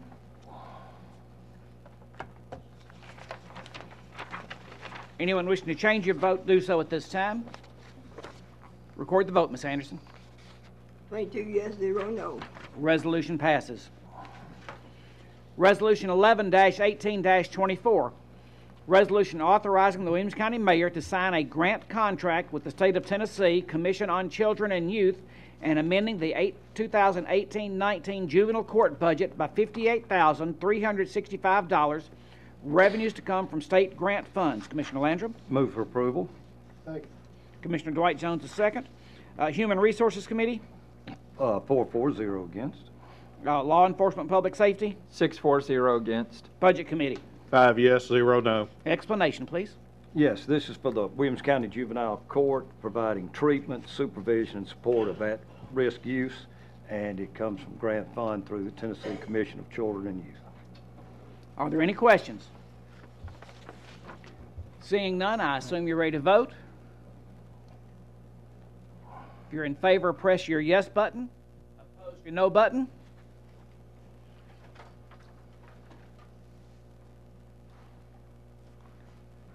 Commissioner Lawrence, having trouble? There we go. All right. Anyone wishing to change your vote, do so at this time.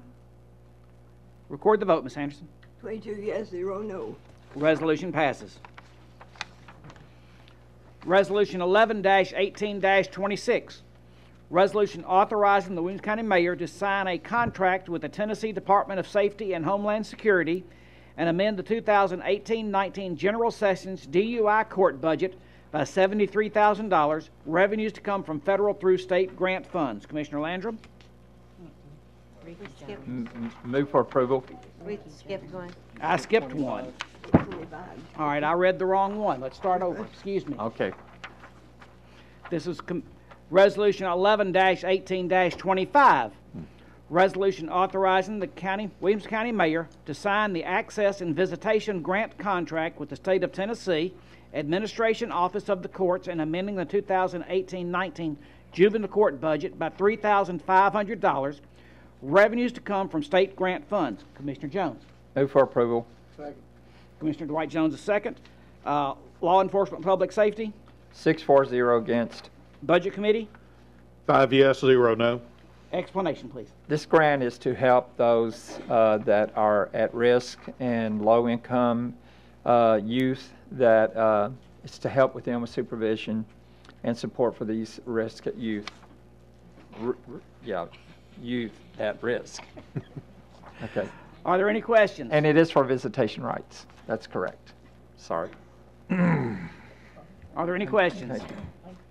Seeing none, I assume you're ready to vote. If you're in favor, press your yes button. Opposed, your no button. Anyone wishing to change your vote, do so at this time. Record the vote, Ms. Anderson. 22 yes, 0 no. Resolution passes. Now we'll do Resolution 11-18-26. Resolution authorizing the Williamson County Mayor to sign a contract with the State of Tennessee Department of Safety and Homeland Security and amend the 2018-19 General Sessions DUI court budget by $73,000. Revenues to come from federal through state grant funds. Commissioner Landrum. Move for approval. Commissioner Dwight Jones, the second.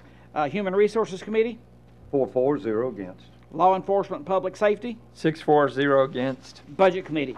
5 yes, 0 no. Explanation, please. Yes, this is a $73,000 grant, as it says, federal through state grant funds to help the DUI court and providing treatment supervision. Are there any questions?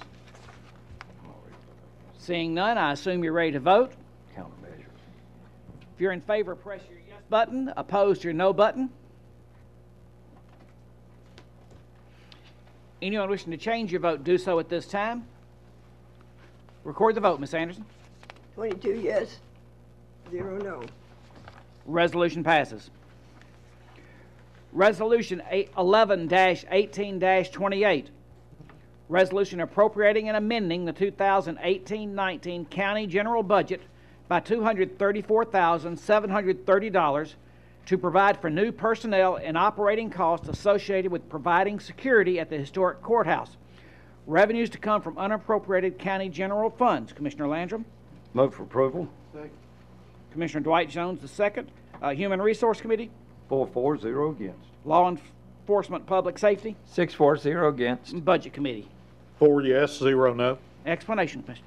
Yes, as the use begins in January of 2019. This is request for the operating cost of providing personnel for providing security at the historic courthouse. It'll be more and more used. It breaks it down through the expenditures, and it added to the general fund $234,730 come from county general funds. Are there any questions? Seeing none, I assume you're ready to vote. If you're in favor, press your yes button. Opposed, your no button. Anyone wishing to change your vote, do so at this time. Record the vote, Ms. Anderson. 22 yes, 0 no. Resolution passes. Resolution 11-18-29. Resolution appropriating and amending the 2018-19 capital projects budget by $4,446,884 to provide funding for the Motorola radio project, revenues to come from donations received from the cities of Franklin and Brentwood. Commissioner Smith? Move for approval. Second. Commissioner Osbrooks the second. Budget Committee? 5 yes, 0 no. Explanation, please. This is an ongoing radio upgrade project in partnership with various agencies, including City of Brentwood, City of Franklin, and these are the latest payments they are making toward the completion of this project. Are there any questions? Seeing none, I assume you're ready to vote. If you're in favor, press your yes button. Opposed, your no button. Anyone wishing to change your vote, do so at this time. Record the vote, please, Anderson. 22 yes, 0 no. Resolution passes. Resolution 11-18-30. Resolution supporting the implementation and the results of the second phase of the classification compensation study for county employees in an amount not to exceed $1.5 million and additional financing on an annual basis, revenues to come from respective fund balances, grant funds, and donations. Commissioner Smith? Move for approval. Commissioner Dwight Jones the second. Human Resources Committee? 4 0 against. Budget Committee? 5 yes, 0 no. Explanation, please. As it's stated, this is the implementation of second phase of a salary compensation study, a market study, if you will, to ensure that we are able to attract and retain qualified employees for the county departments.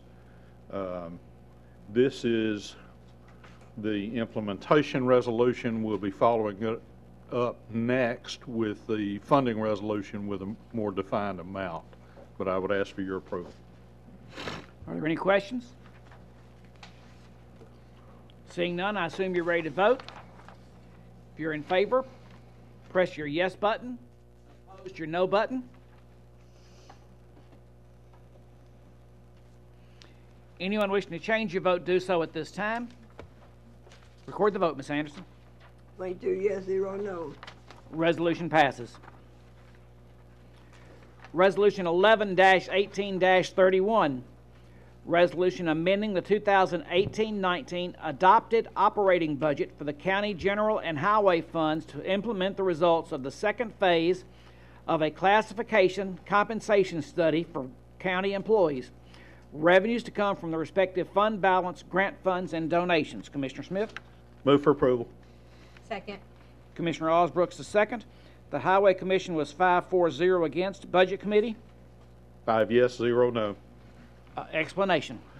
All right, as I said before, this is the funding document for this second phase of the market or salary study in the amount of $628,844. You see the actual departments and categories there that are being affected. Again, this is necessary to ensure that we can retain and attract quality employees for the county. That's an explanation. This is for half a year, I believe. Yes. So are there any questions? Seeing none, I assume you're ready to vote. If you're in favor, press your yes button. Opposed, your no button. Anyone wishing to change your vote, do so at this time. Record the vote, Ms. Anderson. 22 yes, 0 no. Resolution passes. Late filed resolution number 11-18-32. Resolution appropriating and amending the 2018-19 Parks and Recreation budget by $62,948. Revenues to come from donations. Commissioner Herbert? Move for approval. Commissioner Dwight Jones II. Park and Recreation didn't meet. Budget Committee? 5 yes, 0 vote. Explanation, please. This is donations received to fund umpires and supervisors for baseball and softball, also maintenance of the soccer fields, dance programs, and senior citizen programs. Are there any questions? Seeing none, I assume you're ready to vote. If you're in favor, press your yes button. Opposed, your no button. Anyone wishing to change your vote, do so at this time. Did you wish to speak? Okay. All right. Record the vote, Ms. Anderson. 22 yes, 0 no. Resolution passes. Resolution 11-18-8. A resolution to name the Brentwood Soccer Arena playing field in honor of Joe Regan for his many years of service to the citizens of Williamson County. Commissioner Webb? Move for approval. Second. Commissioner Tunnicliffe II. Parks and Rec Committee? Didn't meet, that's right. Property Committee? It was 4 yes. 0 against. Explanation, please. As you can see, the indoor soccer arena at Crockett Park is a county facility, and in dedication of Commissioner Reagan. He spent many years in the city of Brentwood with Brentwood Civitan on the Williamson County and the city of Brentwood Parks Board to promote sports for the not only young people but the entire county, even to the point when he was a member of the Brentwood Civitan that they had to sign the loan every year before the season could start. That's pretty much dedication. So this is an honor to name the playing surface inside the indoor soccer arena in his name. Mr. Tunnicliffe, do you have everything? All right. Are there any questions? Any comments? Seeing none, I assume you're ready to vote. If you're in favor, press your yes button. Opposed, your no button.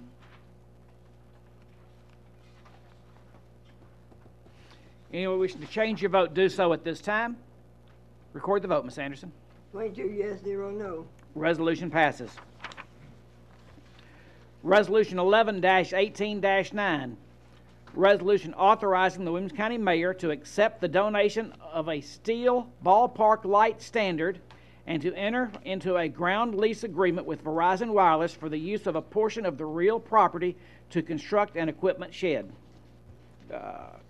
Commissioner Morton? Move for approval. Commissioner Osbrooks II. Property Committee? 4 yes, 0 no. Explanation, please.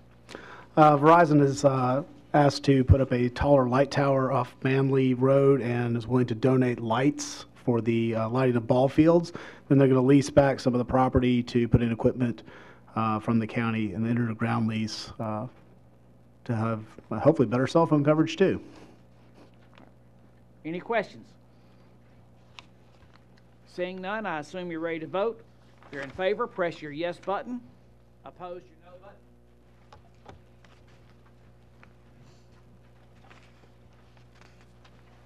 button. Commissioner Ricky?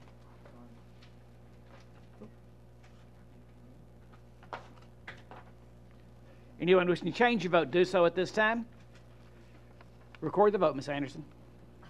22 yes, 0 no. Resolution passes. Resolution 11-18-10. Resolution amending Resolution 10-92-8 concerning the membership to the Williamson County Municipal Solid Waste Board to provide a City of Spring Hill representative. Commissioner Smith? Move for approval. Second explanation, please. Because this body established the Municipal Solid Waste Board and created the board membership, any cities who provide solid waste collection, disposal services, that sort of thing, is entitled to provide a representative on that board. This changes the board bylaws, if you will, to allow for a seat for City of Spring Hill. Any questions? Seeing none, I assume you're ready to vote. If you're in favor, press your yes button. Opposed, your no button. Anyone wishing to change your vote, do so at this time. Record the vote, Ms. Anderson. 22 yes, 0 no. Resolution passes. Resolution 11-18-11, a resolution amending the rules, regulation, and procedures of the Williamson County Board of Commissioners concerning elections and appointments. Commissioner Smith? Move for approval. Dwight Jones II. Rules Committee?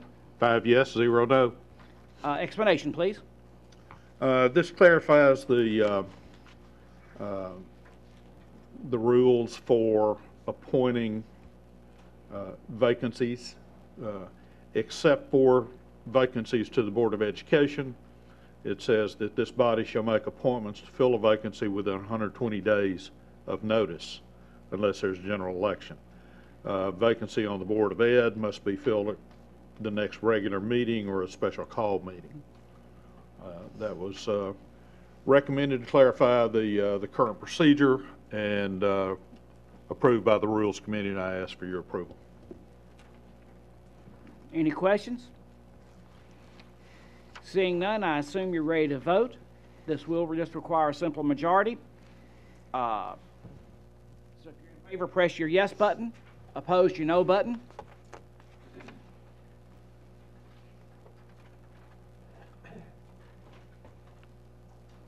Commissioner Rainey?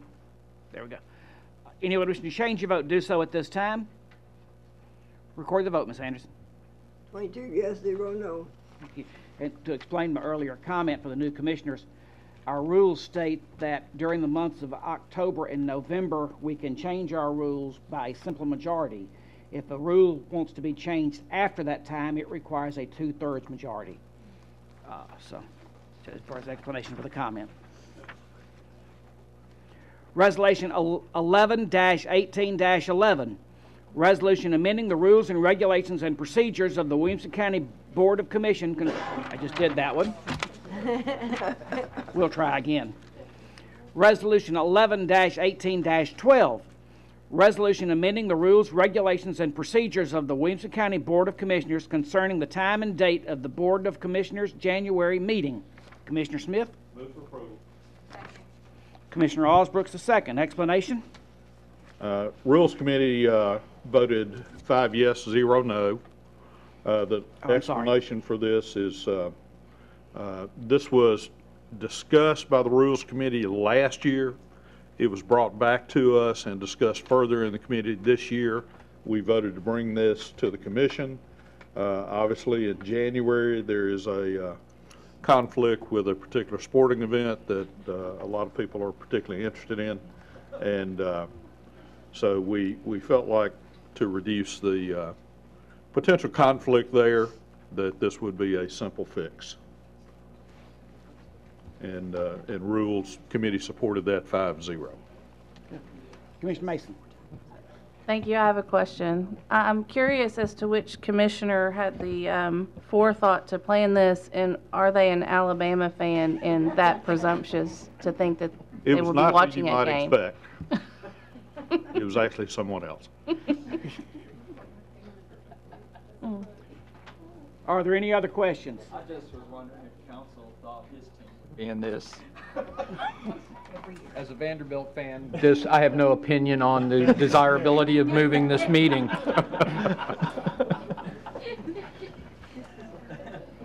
Okay. Are there any other questions? All right. Seeing none, I'm assuming you're ready to vote. If you're in favor, press your yes button. Opposed, your no button.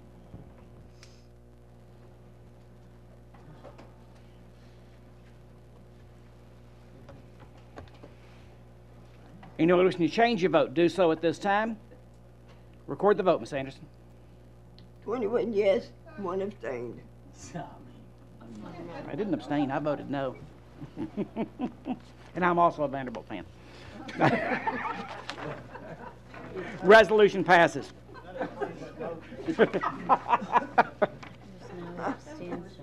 Yeah, that was. Let's see, we're now ready for 13. Yep. Resolution 11-18-13. Resolution amending the rules and regulations and procedures of the Williamson County Board of Commissioners concerning the dress and appearance of its members during the regularly scheduled or special called board meetings. Commissioner Smith? Move for approval. Second. I'm sorry. Commissioner Chalfant the second. Rules Committee? 5 yes, 0 no. Explanation, please. This is pretty self-explanatory. This was presented to the Rules Committee. And actually, Commissioner Beal is on Rules Committee, and he voted in favor of this, so.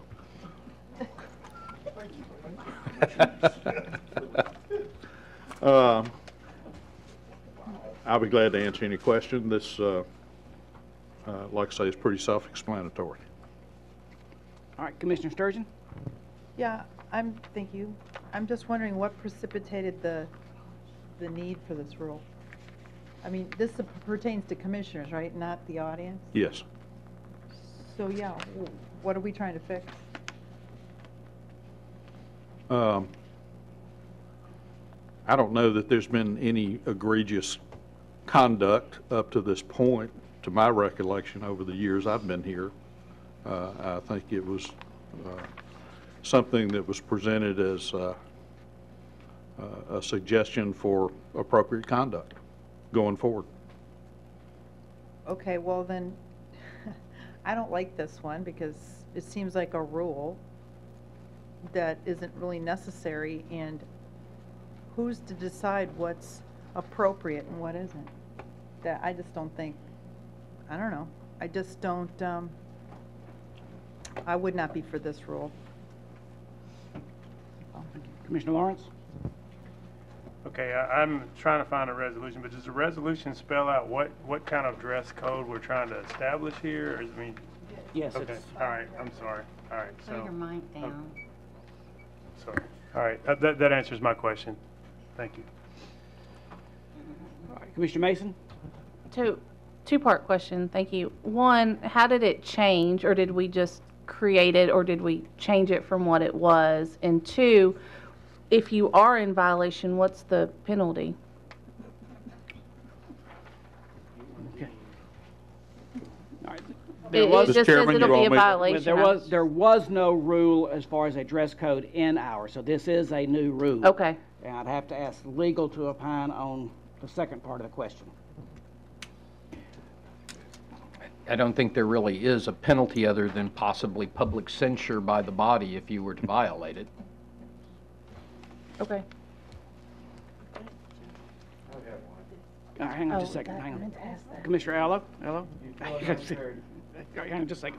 Commissioner Ayala. I would just say that I would think that most adults would be able to dress themselves in a manner befitting this legislative body, so I wouldn't be in support of a rule that's unenforceable anyway.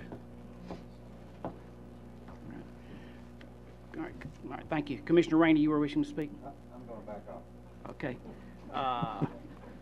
Commissioner, both of them, all right, Commissioner Sturgeon? I'm just want to reemphasize, who's going to decide what is offensive, vulgar, racist, sexist, and obscene? I mean, that just sounds like, yeah. I mean, I don't want to be the judge on what that is, and I really don't want somebody else telling me. And I don't think we've ever had a problem, so I don't understand the need for this rule. So that's all I want to say. Commissioner Mason. Would this apply just to our regularly scheduled county commission meetings as a full body, or would this also apply to the committee meetings as well? Commission meetings as a full. Regular scheduled or special called commission meetings. All right, so it wouldn't apply to, say, not apply Human to Resource or Parks and Rec, No. just these meetings that we have here in this room. Okay. Any other questions? Seeing none, I assume you're ready to vote. If you're in favor, press your yes button. Commissioner I'm Lothar. sorry. I'm sorry, I missed it. Story. Story. No. No. right, I'm go sorry, ahead. Mr. Chairman, I just have one last question. I just don't know what's standard. What is the standard? Do other county commissions have this type of language for dress code in their rules? I just don't have any knowledge of this. Anybody? You gotta get it out of the voting mode. Turn your mic back off. Yeah, I don't know either. And then turn it back on. Now. Can you hear me? Thanks. I'm sorry, I don't want to hold this up. I just didn't understand if this is kind of a standard thing with other county commissions in terms of dress codes. I don't know if anybody can answer that for me. I don't know that. That was not discussed in terms of the Rules Committee or, okay. All right, No. thank you. Any other questions? Seeing none, I assume you're ready to vote. If you're in favor, press your yes button. Opposed, your no button. Anyone wishing to change your vote, do so at this time. Record the vote, please.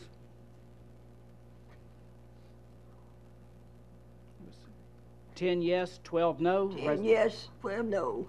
Resolution fails.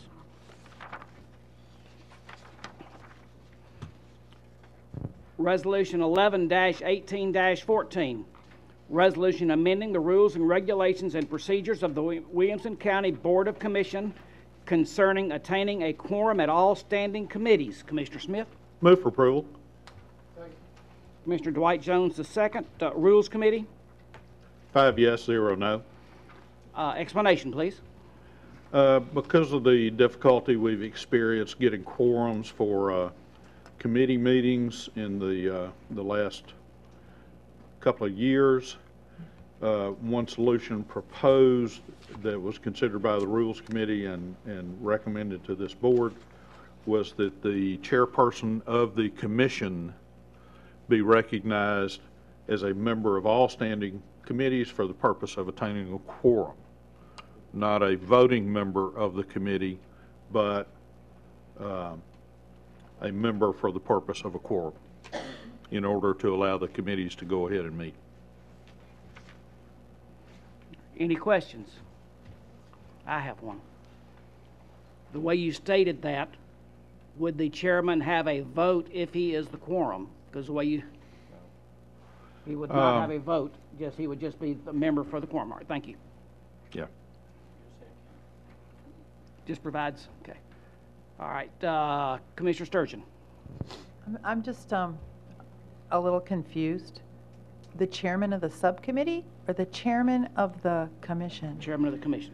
So if we were to have, let's say we want to have law property committee and we need 4 people for a quorum and we're only able to get 3, we could call Tommy Little in and he could make the quorum, but he can't vote. Correct. And the alternative, the way it is now, is we would just not have the meeting because we don't have enough people. Right. And are you going to be hanging out at the administrative complex, or? I was consulted ahead of time, and I need about an hour's notice to be here. So if they know ahead of time, they can call me, and I can be here, and they don't have to cancel the meeting.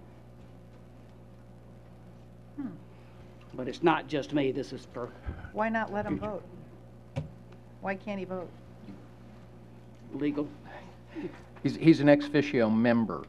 Ex officio without vote is how he is appointed as the county commission chair, unless you're going to have him be on all standing committees, which would then conflict with the number of committees you can serve on, the paired districts. There are a number of other rules it would implicate. So the easiest way was simply to try to attain the quorum through the presence of an ex officio member, which is perfectly allowable under Robert's rules and other procedural guidelines. It was just the quickest way to get there. I understand. Thank you. Commissioner Story. Here we go.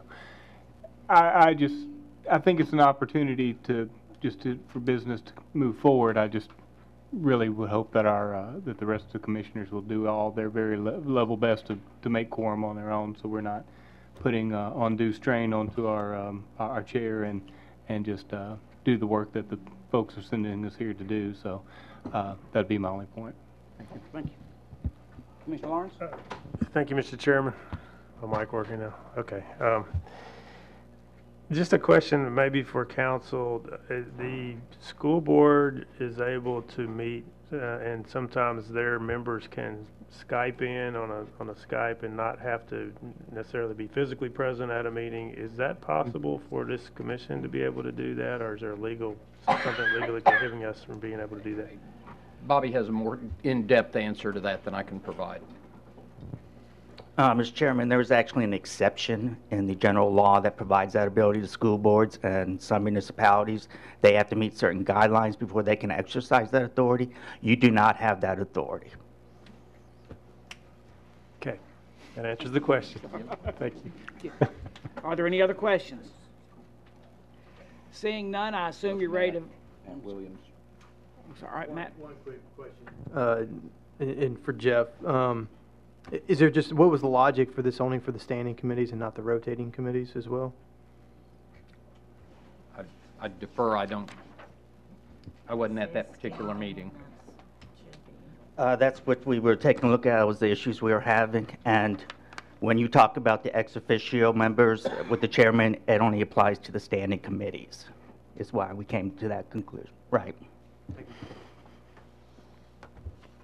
Mr. Chairman, I pushed my button. I don't know. Go ahead. You're already on. I'd just like to echo what Commissioner Story said. There are two things. We need to, if at all possible, be at these committee meetings. That's where so much of the work of the commission gets done. The other thing is when you are called about your attendance at a meeting, return the call. So many times they reach out to commissioners of, are you going to be there? Are you not? We need a quorum. They leave a message. They don't get a call back. They don't know one way or another who's going to be there or not. You need to communicate with the folks in the office because, you know, they're having to try and put this together and make it work for us. So talk to them, return those calls, let them know what you're going to do. If you can't be there, that's okay. Let them know. Thank you, Mr. Chairman. Thank you. Commissioner Lathers. Thank you, Mr. Chairman. I was just going to echo for the newer members, because I still consider myself newer. When I get an email requesting, will you be at this meeting, and I return and say, yes, I will be at that meeting, I think that I've said I'm going to be there. When I attend a meeting on a Monday and tell folks I'll see you tomorrow, I believe I've said I'm going to be there. So as somebody who has had some phone issues, if I get a call the day of, I don't get that call. It doesn't mean I'm not going to be there. I've said twice I'm going to be there. So but I want to have a clarification and procedure. No matter how many times I've said I'm going to be there, if I don't happen to get that call that day, does that mean that I'm not going to be there? I would think that if you've confirmed you're going to be there, if somebody has canceled in between, you're trying to make sure you have a quorum. So I just would love clarification, because I don't want to distress our wonderful office folks that really should not have to babysit us, frankly. So. If I can interject, Thank you. Y'all can correct me, but I understand they only call if you don't respond to the email. Is that? No. No. Go ahead.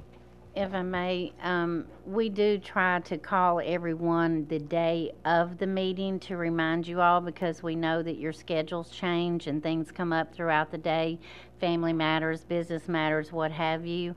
In your particular instance, Commissioner, I have not discussed it with the minute taker from Monday night, but I did not recall having you tell us that you would be there, but you were not the deciding factor. There were two other, it was you plus one other commissioner that was needed for the quorum, and staff did not receive confirmation until later in the day when we got back from you. But even if you had returned the call, we had another commissioner who was not able to return the call as well. So we only had 2 of the 4 needed for a quorum. Okay.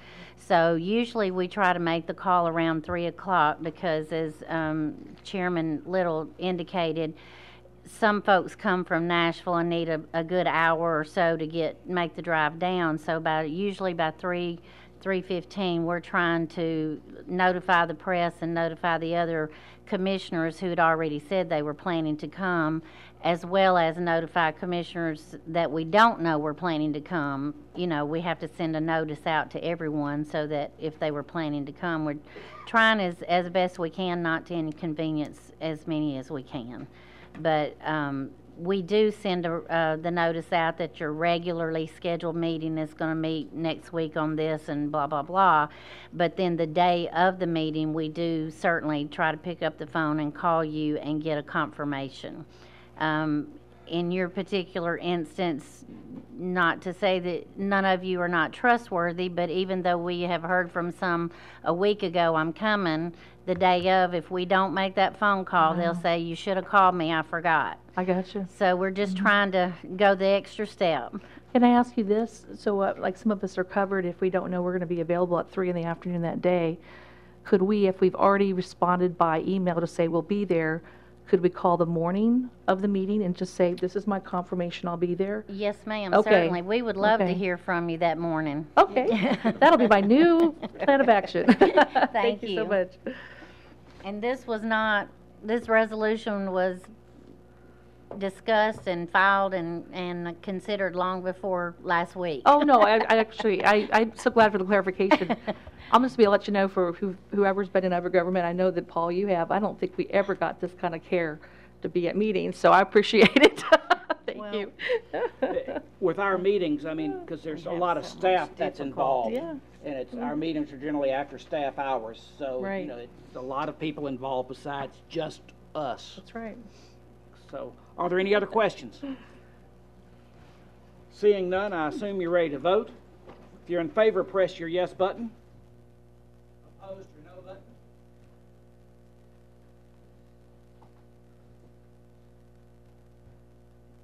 Anyone wishing to change your vote, do so at this time. Record the vote, Ms. Anderson. 21 yes, 1 abstain.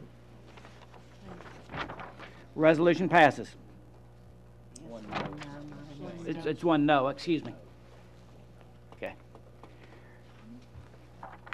Resolution passes. Resolution 11-18-16. Resolution authorizing the county clerk on behalf of Williamson County to enter into a contract with Yost Robertson Weigel P. LLC for the collection of delinquent privilege tax. Commissioner Smith? Move for approval. Sorry, Commissioner Hester, the second. Budget Committee? 5 yes, 0 no. Explanation, please. This is a renewal, if you will, of an agreement by which this firm works on collecting delinquent property taxes and possibly other taxes and privilege taxes. And they've been very successful and have done a really good job for us. And I would ask for your approval. Are there any questions? Seeing none, I assume you're ready to, I'm sorry. All right, Commissioner Herbert. I just want to brag on an employee in the county, and it's Jackie in Miss Elaine's office. I know she works really hard to find delinquent taxes on like the hotel fines on these private rentals and other things, and the Yost firm does an excellent job in collecting, and they save us taxes by collecting such a great amount, and thank them. Any other questions? Seeing none, I assume you're ready to vote. If you're in favor, press your yes button. Opposed, your no button.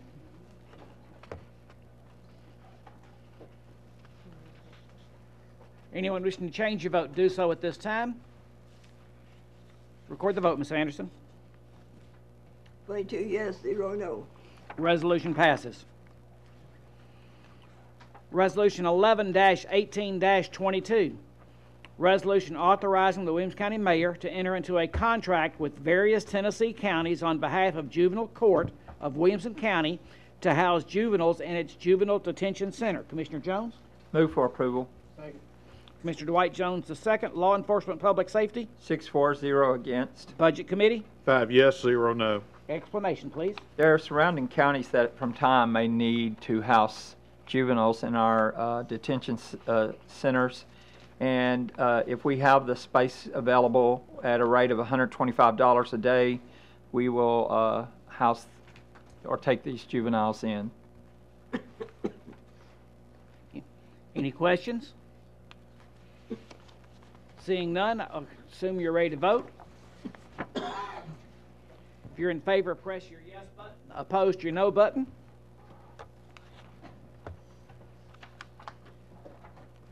Anyone wishing to change your vote, do so at this time. Record the vote, please.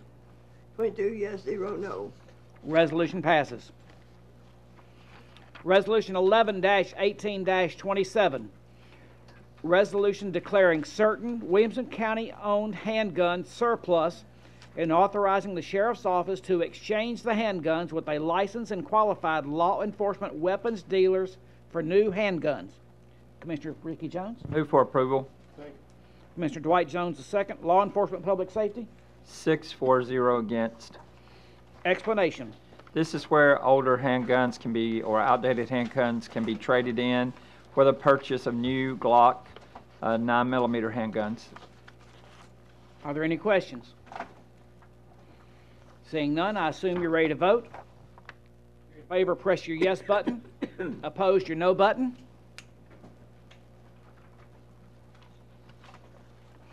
Anyone wishing to change your vote, do so at this time. Record the vote, Ms. Anderson. 22 yes, 0 no. I believe that completes our agenda. Is there any other questions or comments?